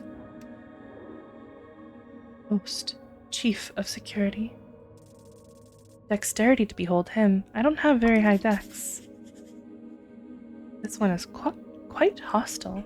Stay on your feet. It's a kobold. Anything else I can peek at? No? I want to check my spellbook. I don't really have any other spells. I was thinking about going back down to the shrine. I was thinking about going back to the shrine if I had more spells from my spellbook, but it seems my spellbook is completely and entirely ruined. The tool of an arcane cleric, an instrument of the state used to handle rogue spellcasters. The cover indicates it is a spellbook with hymns dedicated to the river Torna, Earth's passing, and reconquest. This one is yours. You've spent years perfecting it. Most pages are smudged. It feels terrible to even think about the knowledge lost.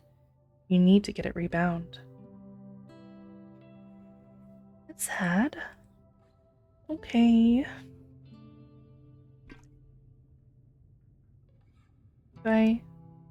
Oh. I'd say that's an accessory. Okay, you can say that. I will hold on to my esoteric pocket watch. This silver-lined timepiece never shows the correct time of day. It is always at least 10 hours out of alignment, no matter how anyone tries to correct it. At a touch, you can feel the faint magic pulsating within. The wielder gains a greater perception of esoteric happenings and occurrences within 200 feet. It gives me +1 intelligence and advantage in esoteric events.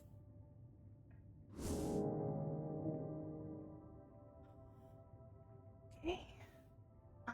Oh, so there's different factions over here. So far, I've already declared a little bit of allegiance to the Asgalists. Oh, wow. First ever election in Norvikian history will take place in just a few days' time. What will you vote for? About positive opinions on Asgalism about one single time ever since waking up in the Lich House. Really brings you back. Tea shop, yep. The Dragon of Tolstad. Okay. What's over here? You've declared yourself the Cleric of Norvik one single time. It's a grand title, suitable for a true human cleric, like yourself. Phoenix Folio. Oh, painful. After your river adventure, your old spellbook is ruined. Find a service provider who can rebind it for you. Fix your ruined spellbook, damn it. River Takey. You were brought to the Lich House by some fishermen, but how did you survive your plunge into the river? How cool. How cool, how cool.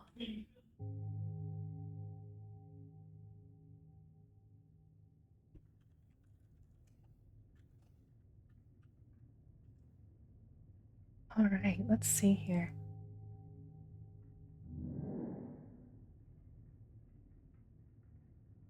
So now that I have my watch equipped, I kind of want to walk around and see if anything else sort of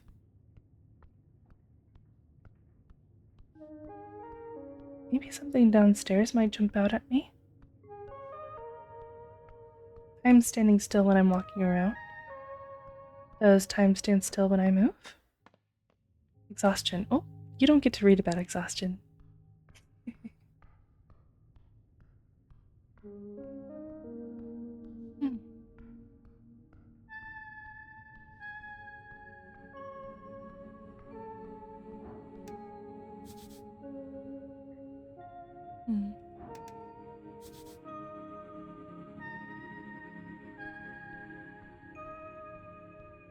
Means time does not move when I'm moving around. That's good.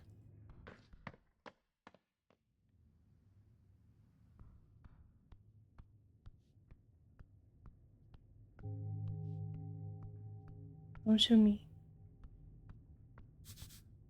Voices upstairs. And the smell of salt.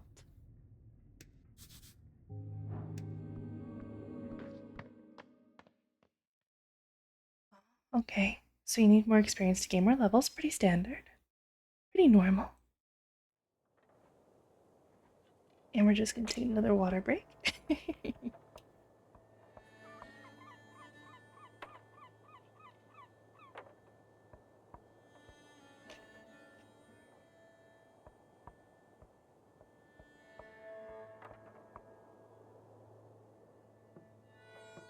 That was a big bird that flew overhead.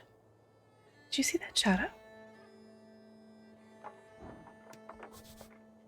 It says, Biskin's Lich House, but then the "and dentistry" is scratched out.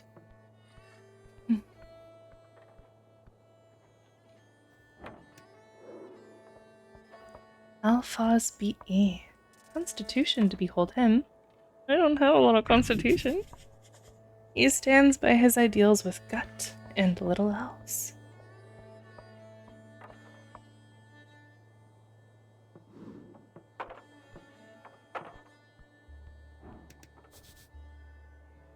Something is inside this old vase.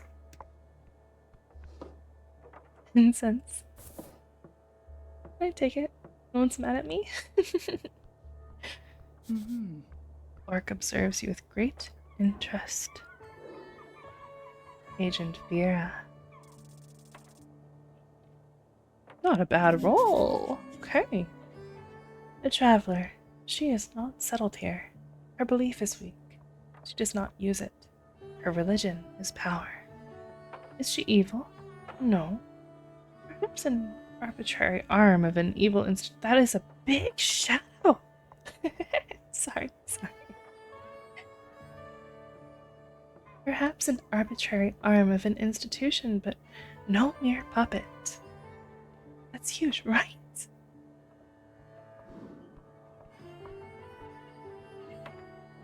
Who's that guy? Simi and the boys. What's up? It's Simi and the boys.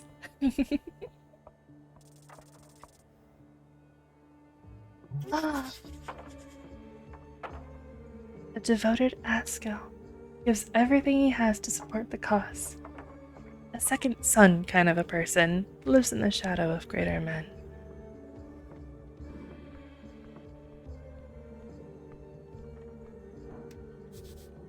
Former ale barrel. What's in it now? Ooh. Men at work beneath Askell's green banner. There is an esoteric effect in place here, stopping rainwater. Oh, cool. Alright, let's talk to this guy whose name I've forgotten. Around the amphitheater scene, you see a number of dwarves hard at work. They're constructing a banner of some kind, carrying a bright green flag. The banner of Askell, a fool. One of the dwarves stands to face you with a furrowed brow. He appears to be in a staring contest with the orc on the other side of the theater. Orcs are big brutes of devilish origin. They're rare in Norvik. Most of them can be found in Feltyre, one of 8 bands along the coast. A land half ruined from millennia of warfare, its red lowlands stands for a quarter of all the food production in the coast, all flowing from the trade ports in Blood City Bay. The name Feltyre either originates in Orcish as High Place or Bad Fort in Infernal, or Hillland in Goblin. It is hotly debated. Blood City Bay, the most populated city around the coast, built upon the corpse of Gorgorian the Great and Terrible, a sprawling mess of wooden walkways and buildings carved out of the calcified remains. One famous for its fleet of airships deployed during the Coast War. Known as the origin of the Industrial Revolution, and while New Thousand has overtaken it as the leader in manufacturing, it still stands as one of the most industrious city-states. Who's Gargorian? A devil second in line to rule the deepest layer of hell. Legends say he was presented with a deal: conquer one measly pocket dimension, and in exchange he would be granted the throne. A millennia of fighting orcs, elves, several walking gods later, his corpse is now used as the foundation for Blood City Bay. That's metal. Oi, Mr. City Man, he calls out to you as you approach. We made it clear already. We're not moving, not one bit. He shoots you a shit-eating grin. This dwarf gets extreme pleasure from telling you to fuck off like this. Dwarf, stout, short, hairy, loves to dig and build. You know the drill. Drill. They built most of Norvik and have a long history with the Earthfolk. Earthfolk, people of Earth, the ancestors of those who reconquered the Ascani coast. True mythological heroes. What's going on here? Just working. The boys will be done soon enough. You hear the other dwarves laughing behind him. Nothing illegal going around here. Nothing at all. Big Shadow. He's only saying that because he's had to defend himself quite a lot lately. I don't care. I'm on a higher mission. A mission? He looks intrigued. Yeah, sorry. It's confidential. Oh, then in that case, I won't tell anyone. Swear on it. And we are not doing anything against the law here. Just to be clear. They are both guilty and innocent. Just like you. One of the older dwarves spits on the ground next to him. You don't even know who you're talking to, child? This here be Alphas of the Bahan Embers, a foreman in the Asgalist movement of Norvik. Asgalist, the workers who built this city, want to rule it. Seems only just. Their vision is of a fair and even society, where those who live underneath rise up to show their worth. After all, why can't we share? He has done more good than all of you Earthguard combined, a true speaker for Asgal. Damn, that's a lot of good. Simi exaggerates. He gives the older dwarf the stink eye. I'm also not in any way proud of my heritage. Nobility is just a poisonous hierarchy. Typical talking points. He grins. Just wanted to make that clear. Guys, I think he wants to make things clear. Don't mention the whole noble thing. It'll just piss him off. Unless you want that.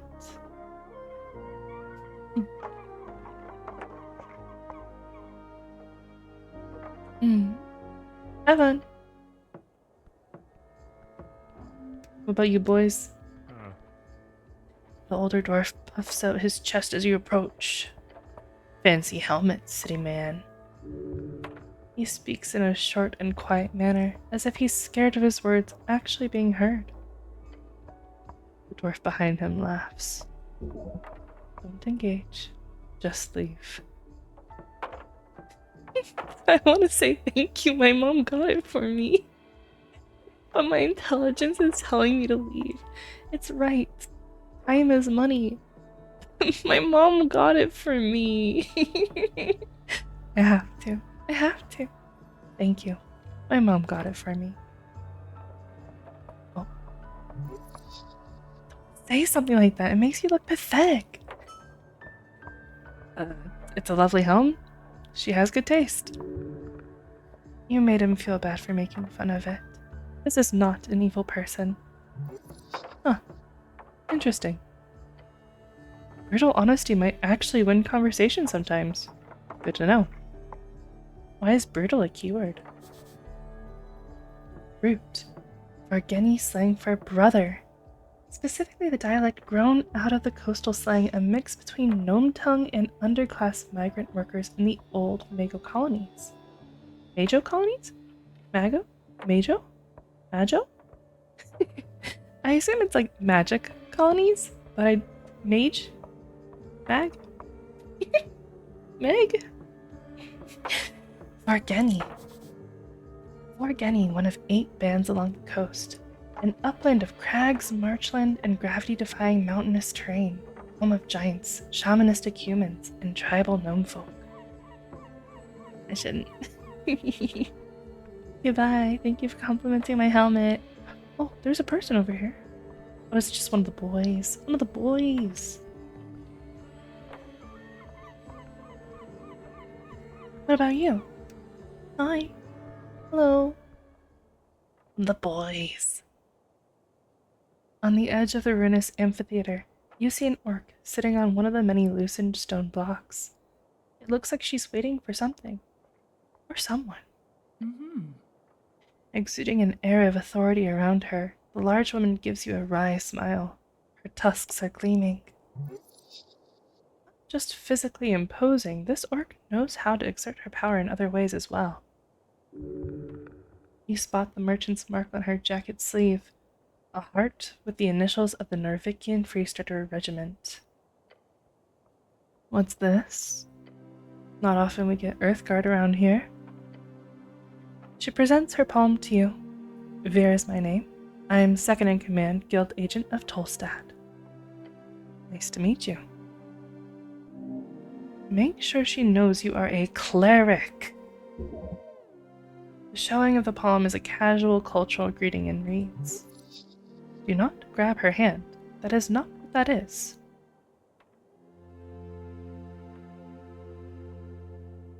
I'm the cleric, actually. Apologies, not Earthguard. Cleric. I assumed the term was interchangeable. You lean a little further into being a cleric, gain 10 experience. Ooh. I'm a cleric. But I suppose you're not all, she says, waving toward your outfit, esoterically attuned. Not all Earthguard are spellcasters. Not all clerics are Earthguard. But all clerics are spellcasters. She accepts your annoying correction with a smile. Probably means she sees you as no threat at all. A mere puppy. She shoots you another smile, waiting patiently for you to say anything.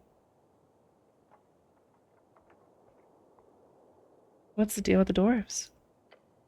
Oh, them? Complicated as anything. I wouldn't be sitting here wasting my precious day if it wasn't for them. But in short, they're holding an unlawful assembly. And they won't let me take a look at the document proving it. Not frustrating at all. She telegraphs her sarcasm heavily. This is useful when communicating with slower individuals. I have other questions. I'm here on important business. Business, you say? She leans in and squints at you. Fascinating. Perhaps I can be of service, cleric. For your business? What do you know about the tea shop? The tea shop that blew up, she says dramatically. Sounds like a magazine tale. Magazines, a periodical publication generally containing short stories, adverts, investigative journalism, and or erotica. I heard it was an accident. The Post mentioned it in passing. Minor mishap, I believe was the official quote. Though from what people are telling me, it was quite the explosion. So, you weren't in the area? Nah, I was on the North Wall. Company business. North Wall, one of the 5 districts in Norvik, known as the Industrial District for its many factories built along the river. This is where you live. Anyone who calls it the North Wall is probably not local. Interesting. anyone who is cool calls it North Wall. Just North Wall. Ah, okay. So because she said the North Wall, she's not cool. She's not local. Over here we just say, oh yeah, they were at North Wall. The signs of an outsider. She calls it the North Wall instead of just North Wall. She looks inland. I did see the smoke. It was a clear day.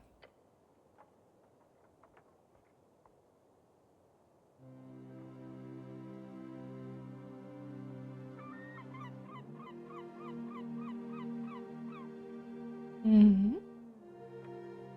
Maybe it was the tea leaves. The leaves? Maybe they caught on fire, since they're so dry. And also leaves. Interesting theory. I've yet to hear of a tea leaf able to cause such a blast. If you find one, let me know. Anyway. Hold on, are you here to investigate the tea shop? Don't answer that. She has no control over you. She's a free strider, so why run?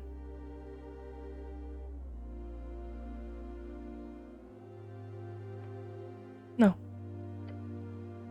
But actually, she says, holding out her hands. Maybe. Is that a maybe yes? Nice weather we're having. Oh, are you here for the tea shop? You look lovely today. Thanks. Are you here to investigate the tea shop? I am here to do business with tea shop, the one that blew up. A master of speechcraft. You can do nothing. Oh, it's impossible. I can't sneak away. I can only say yes, or I'm here to investigate. She has been resilient to my aversion. Yes. Interesting. I'll be honest, I assumed the city would just ignore it. But they sent you. It's sort of a giveaway. Clearly someone thinks this is an esoteric mess if they sent a cleric to look into it.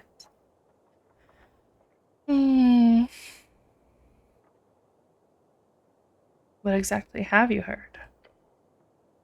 It blew up. Fireplace incident.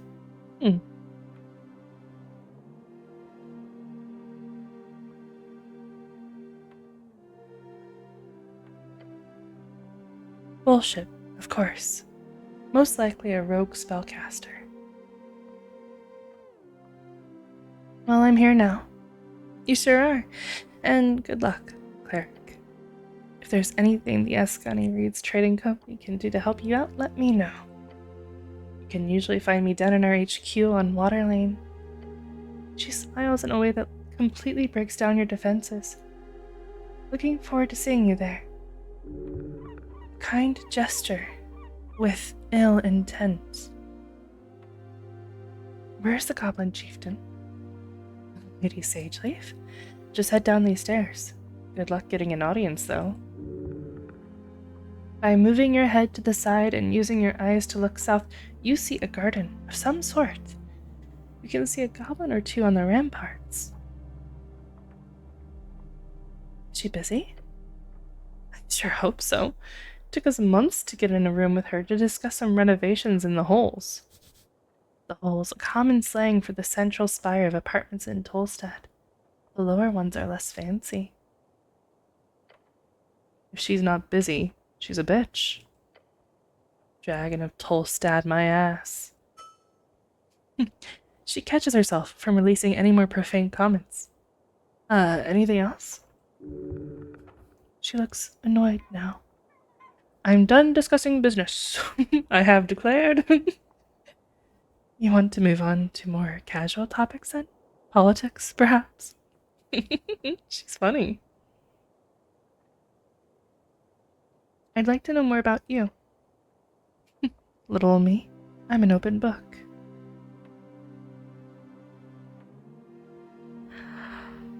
I can attempt to flirt. You are a strong... No, first we'll say, yeah, where are you from? Vera? She doesn't answer you at first. Instead, she looks away for a moment and smirks. She's thinking of messing with you. You mean because I'm an orc I can't be Norvikian? She says, looking at you with a stern expression. I could double down on that and be like, yeah, where are you from, orc? You know what I mean. I do, she says, giving you a warm smile. I'm from Blood City Bay. I ran with the warbands when I was a girl. Took me all around the coast, she explains. Far from the cursed plains of Fell Tyre. A land of elven ruins, magically fertile lowlands in between. In its center sits Blood City Bay, the largest city on the coast, built out of the corpses, or rather, just the head, of Gregorian. And Gregorian is, of course, the archdevil come to conquer Jor during the Gate era. In fact, his death at the hands of the orcish Queen Mother demi-goddess marks the end of the Gate era itself. Obviously. Gate era, first out of 5 eras. When Jor crafted this realm, and the gods fought to bring order, that was the Gate War. Legendary conflict between the beasts of Jor, the original gods, and the many other who tried to take over Jor towards the end of the Gate era. We have little information about this conflict, but it is known it led to the closing of the gates and began the Fade era. A period lasting approximately 1,111 years, if you trust modern scholars. The Second Era, also known as the Fall Era, named after the slow decline following Jor shutting his gates, ended around 1,000 years ago. But you should already know this, of course. You were hired during the Third Revolutionary War in Raids. When it was over, I stayed behind. As she speaks, you see her eyes glimmer. All those memories coming back to her. She's seen a lot. Those were the days.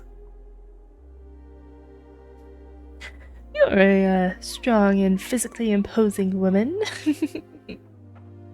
She covers her mouth and tusks with a hand. Phylogenistic agenda added. She's trying not to laugh. You got one shot. She's bedazzled by her confidence. Don't fuck this up. Tell her she has nice tusks.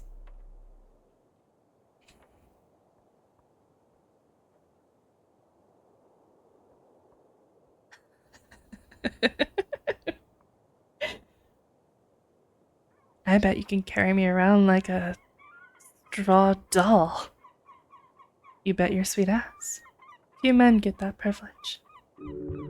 She is desperately trying not to laugh. Our charisma is failing and just panicking? DC 14, it's not even that hard, come on. Sweat, tremors, be wary. This could end very badly. I have a +3. Guys, I'm gonna try to save it. I'm gonna do it.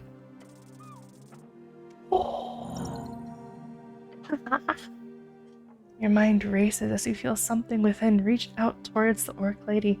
For a moment you see yourself through her eyes. Suddenly you realize how awkward you're being, but also how you can save the situation entirely. Is this the forbidden art? Too powerful for any one man to wield. Is this the power of empathy?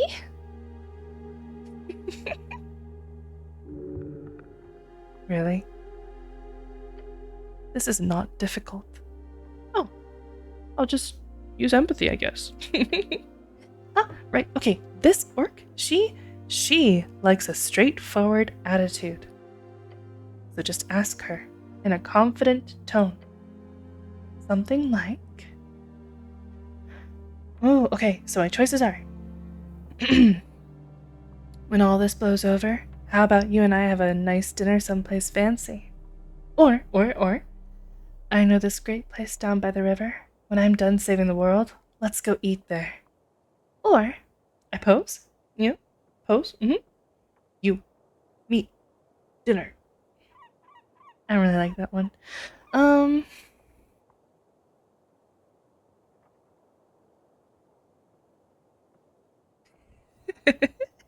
Three best caveman approach.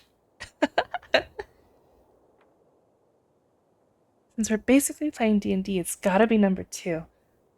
I'm thinking about it. Oh, hey. A ban evader. Let's ban them.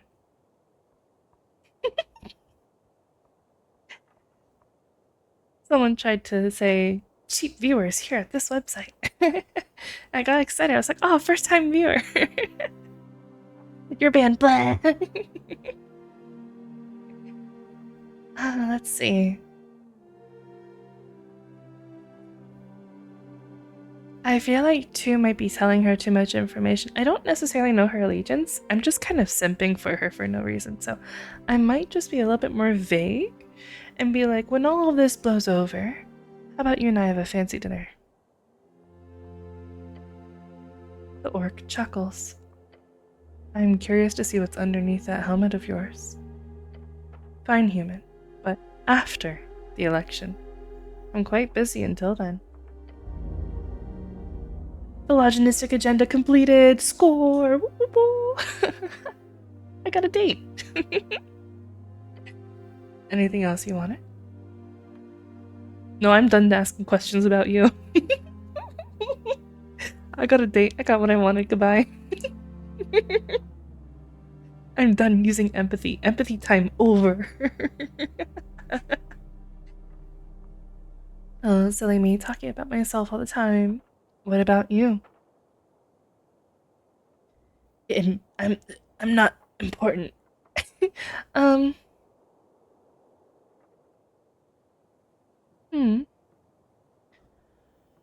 Oh, let's see.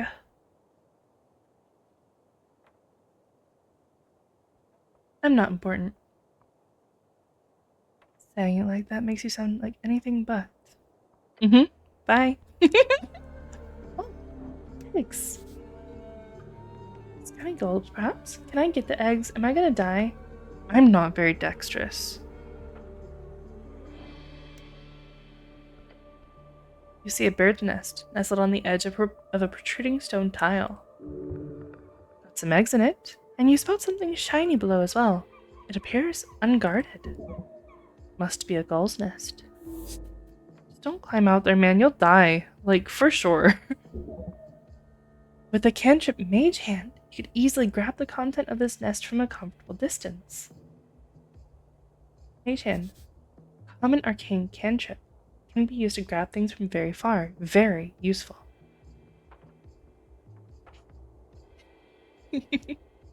Where could I get Mage Hand? You used to have a version of your own memorized. It was clearly lost in the river. I can either say darn, drat, or feel sad.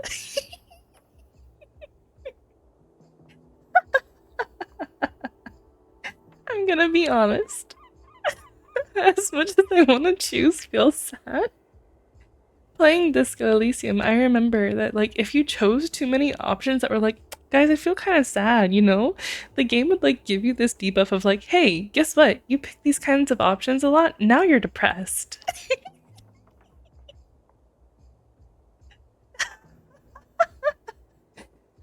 Fuck it, I feel sad. However, there are ways of restoring your memorization of the cantrip. That's messed up. It's so funny, man. It's so good. Oh, you will need a source. Perhaps in the library? If you had time for a trip to the towers, that would be ideal, but alas. You will have to make do. Perhaps those esoteric books found in the Lich House could be of use. Okay, I want to look for Mage Hand.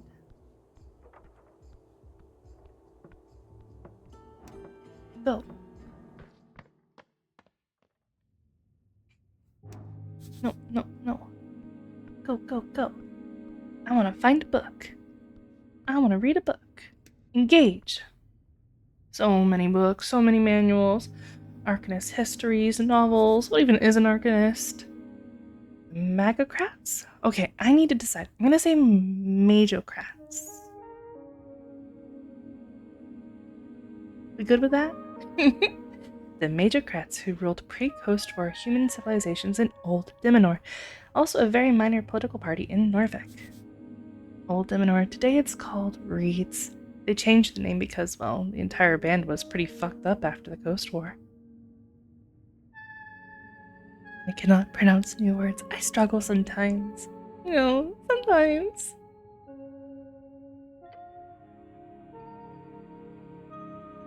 Some of them stand out to you as classics. It could be useful to refresh your mind. The books taunt you, bookishly. I love this book or this game so far. Let's read Collected Chants by Norvik. This is a printed edition of Pili's work, but still old.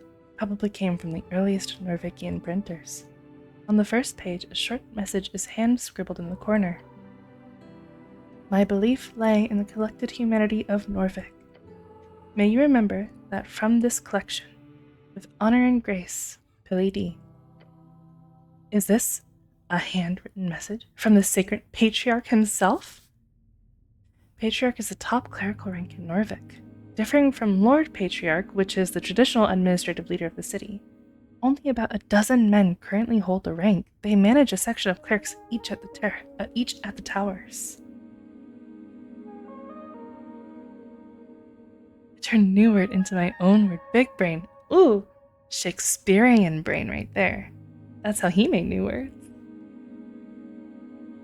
Lord Patriarch. The commander of the city forces the top cleric beneath Earth. The title is appointed by Earth. Currently, Lord Akasam holds the title. Having led the city for the past 30 years, he is a withdrawn leader, over 80 years of age, and has put most power in the hands of magistrates. Magistrates, 5 rulers from 5 districts. They are the Coin Lord, Home Lord, Shield Lord, Food Lord, and Law Lord. Each has a unique role in the city's bureaucracy. Sometimes the titles switch between districts, but generally the housing district holds the Home Lord, the palace holds the Law Lord. Brain got a tad bit bigger because of that. I like to imagine that your brain didn't get like bigger in scale. Maybe your brain got longer and now your brain's like ignore me. I'm feeling goofy.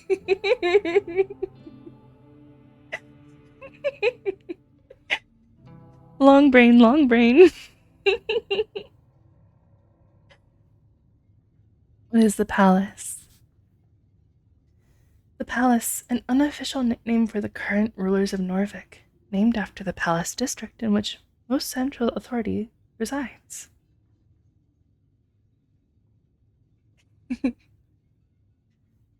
All the time, Goofy? We'll see. Palace District, one of 5 districts in Norvik. Home of Aristocats. Aristocats? The Disney movie? Home of aristocrats, bureaucrats, and the remnants of Earth's court. Or hell it peaceful and chill? Hell yeah. You haven't seen Aristocats? Oh, it's a good one. It's old, but I like it. You feel faint. Are you even able to hold such an artifact? Fascinating. To think the pale man held on to such a treasure on his shelf. Read the foreword. A dream of unity under Earth. The book begins with a lengthy essay about the foundations of Norvikian cultural values. It's really like a guide, if anything, on what a Norvikian person is, how their values come across various tribes in the old country, and how together they have formed something greater under Earth. I haven't seen many Disney movies. I was wawa about movies and stuff as a kid. I just wanted to play video games. I see. Interesting. I kind of had like a similar time, but it wasn't like I chose it. I'm like the youngest in my family, so I had like lowest priority on how we use the TV.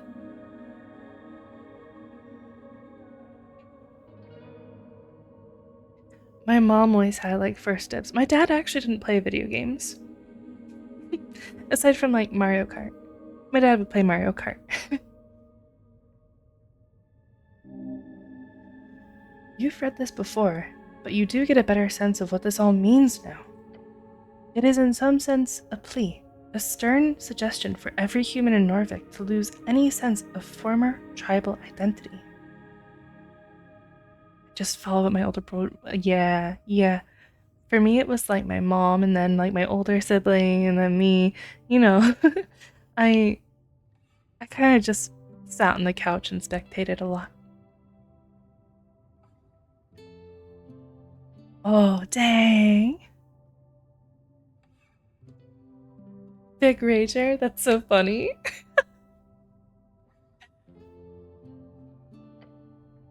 Embrace a new one, a Norvikian spirit. To give away the old and embrace the new. It is not a completely bad move. To unite a folk is to build commonality, to lower inequality, although of course there were many direct ways the state at the time made sure that the old did not remain in the shadows. Violence and oppression at times. The text directly explains how a new Norvikian culture will help the city grow and fight against inequity and justice through unity. You were the peaceful sibling. You still are the peaceful sibling. Mainly by being generous and not hoarding wealth, among other things. Then finally, it does touch upon the connection with dwarves as well, and how the Norvikian spirit is not contained within humans only. It is not just blood, it is sweat and tears as well. Those folk who unite us will not be seen as other. No, they too are Earth's folk. They too are Earth's guard. It's a long-ass forward. It's a lovely sentiment. Indeed, this is something to live up to. Torna's lament. I went with you to foreign shores, my lord, my guard. I pray you keep from harm the beasts, each shard a proof of your devotion. Thus I give myself to your folk. I give my life for a home at the river, in that sliver of land, to vanquish the beasts who roam, the evil who lair, the fires that burn, to build a life along the river. Every shepherd knows the song. It bellows up the river. Earth lives in that sliver of land. It is your favorite. You shut it, looking upon the title once more. Chants of Norvik. This is a really great book. It is. You do so. It fits nicely back into its slot. Book does not deserve your toxic presence. If you were stronger, more capable, then perhaps you could have carried that weight. No, I'm too weak to hold it. What? You really want the book. One day, it could be yours. This is very confusing. I'm just putting the book back. Let us forget this for now. The book stares at you from the shelf. Let's read Folktales by the Troll Sisters. Opening the Troll Sisters book shows you an index of several tales, many of which you heard growing up. These stories shape reality, for the mind does not distinguish a tale from a real-life lesson. They are but the same. Out of the tales, you see the ones you remember the most. The one about the gnome and the Titan. Titan, a term for the gigantic creatures who first inhabited and shaped Jor's realm. Is it supposed to be Jor or like Yor, like with like Norse mythology? Jotunheim, you know? Yor's realm or Jor's realm?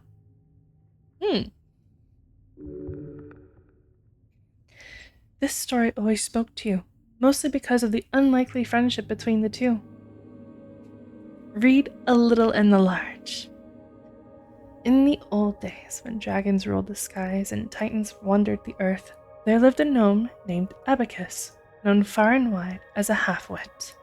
Whether by fate or folly, he often found himself in the oddest of places, and so it was that he stumbled into a deep valley of Asken. This valley was home to Kalimur, the Mist Titan, a colossal being with fur as thick as the ancient forests and limbs that clutched the very mountains. His upper body was hidden in, or perhaps made of, the swirling mists that fill the valley. But on this day, the valley was not the serene refuge it had once been. The air was thick with ash, the rivers ran black, and the trees stood as charred husks. Eseth, the ancient red dragon, had set the forests aflame, hoping to drive Kalimur to his domain and claim the fertile valley for himself. Eseth, the red dragon of Asken, his rise to power through trickery and betrayal is legendary, as is his fall to Abacus, the half-wit, and the Mist Titan. Spoilers! Rumors say his spirit still haunts the ever-lit burned coast to this day. Holy Titans. Sorry, okay. Alright, burned coast. A vast piece of coastline just east of Norvik. It is a charred area filled with volcanic activity and kobolds. It's one of the many eternally cursed lands on the coast. It's nearly impossible to travel to Reeds via land because of this area. Kalimur was furious, his great form trembling with rage as he searched for the source of the destruction. His eyes fell upon Abacus, who was wandering aimlessly, his tiny mind more puzzled by the sudden darkness than anything else.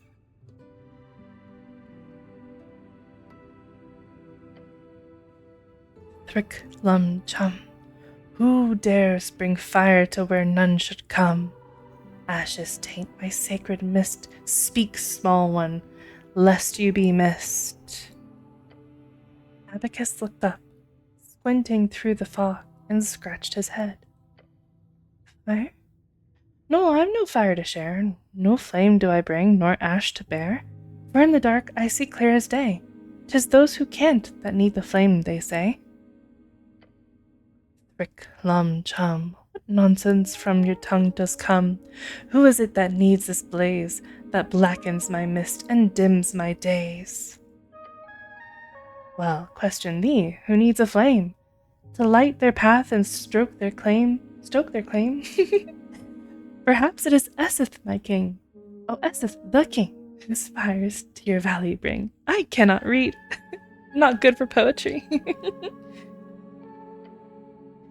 Thrick lum chum, the dragon's days are surely done. Guide me, gnome, to where he lies. Together we shall dim his skies. A wonderful little tale about the little and large. The story goes on to wax about the friendship sparked between this eldritch titan and the silly little gnome as they sought out Eseth on his throne. The ancient red dragon then falls to the titan's might after Abacus accidentally guides him to the correct location. Accidentally? One of those classic stories every child in Asken is told growing up. It is important to remember that this is an oral tale passed down over generations. This is simply the shape in which it was written down. Who knows how exactly it functioned in its original state?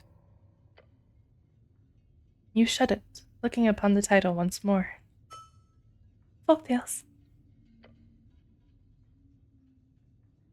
Autobiography Prax by Lord Phyllis Prax. A classic. You kept this book on your bedside table for years during your scribing years. You take a look at the first page.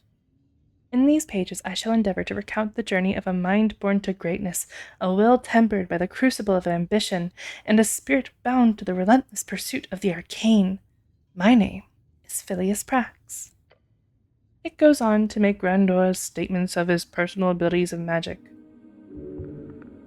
As always, this man is contradictory. He both praises his own natural gifts and mental abilities while stating himself worthy only through his hard work and merit. It's ridiculous. Know this. I write not for the masses, but for the few who possess the clarity of vision to see beyond the veil of mediocrity. To them I offer my life as a lesson and a legacy, that they might learn from my triumphs and avoid the pitfalls that lie in wait for the unwary. You remember the first chapters dealing with his youth, growing up in the ruthless court of rival house, the Hagenshags. Hagenshags?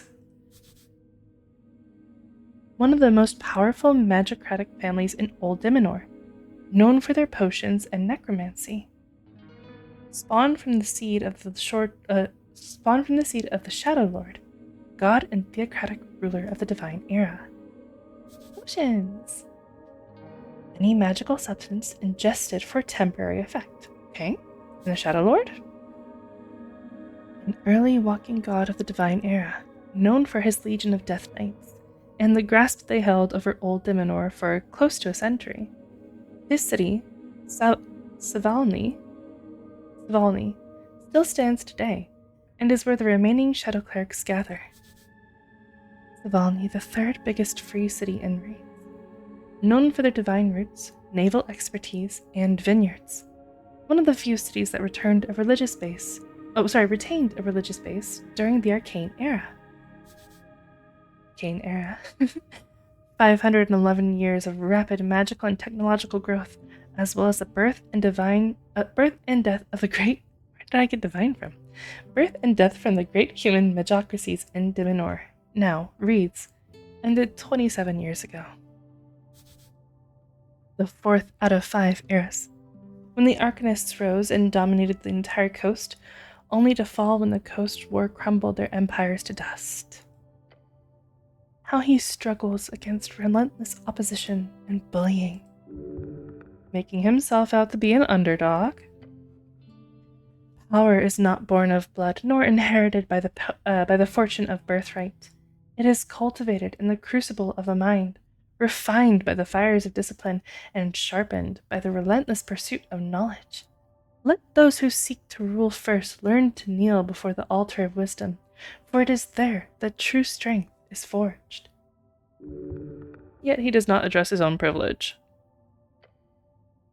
If it is only merit, then he should not have needed any of those fancy private studies or lecturers. True. Stop complaining, the story is just getting good. A glorious design. Let those who learn lead through merit of ability, and nothing else. Let's flip through these pages. This guy's got ego. Esoteric books, more like egoteric books. In the second half, Prax begins to talk of his early political career, the intricacies of magocratic bureaucracy, how he learned to play the game well enough for himself to reach a dictatorship as the youngest magocratic ruler ever. So he's a dictator. Okay. The rest is mostly a collection of meditations surrounding magic and power. The esoteric in its purest form is neither good nor evil. It is a tool, a force to be wielded by those with the intellect to do so. Yet, let us not be so naive as to think that power alone grants one the right to rule. The Arcanist must also be a statesman, for the whims of unchecked magic can lead even the wisest astray.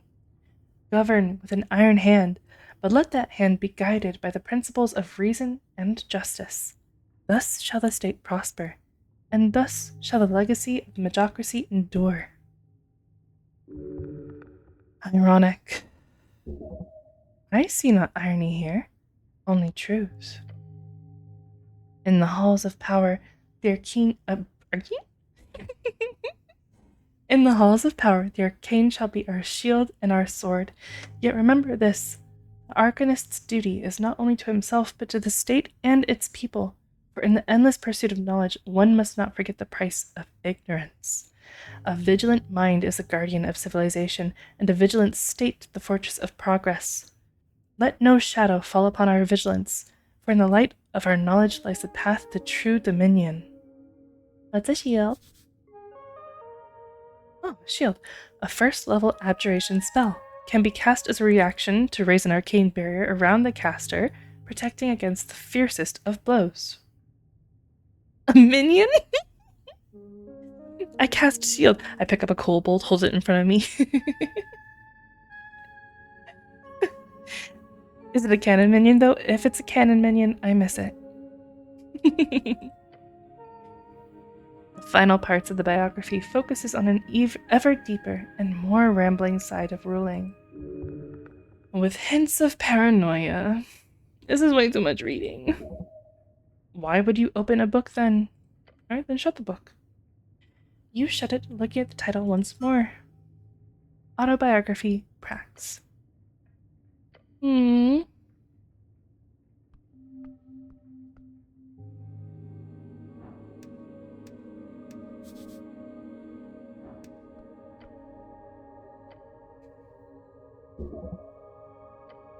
I read this already. I don't have the tech languages. Ah! I want Mage Hand. Do you have any Mage Hand here? Any books back here? No? Can I ask you about your books? Hi. Hello. No, I cannot. Alright, well, with our failure to find Mage Hand, we're actually a bit over time for tonight. So I think we'll probably end here for today. Book time is now limited. Yep. Yes, it is. Alright, well, I think this is a pretty good start so far. Very excited to keep playing this game. We'll keep playing it on Thursday, same time as today. And if anyone's here who's not in the Discord, that's probably the best place to hear about any kind of like updates or stuff that's going on. And yeah, thank you guys so much for joining me, and I'll see you on Thursday for more Esoteric Ebb. Good night, everyone. See you later. Bye-bye.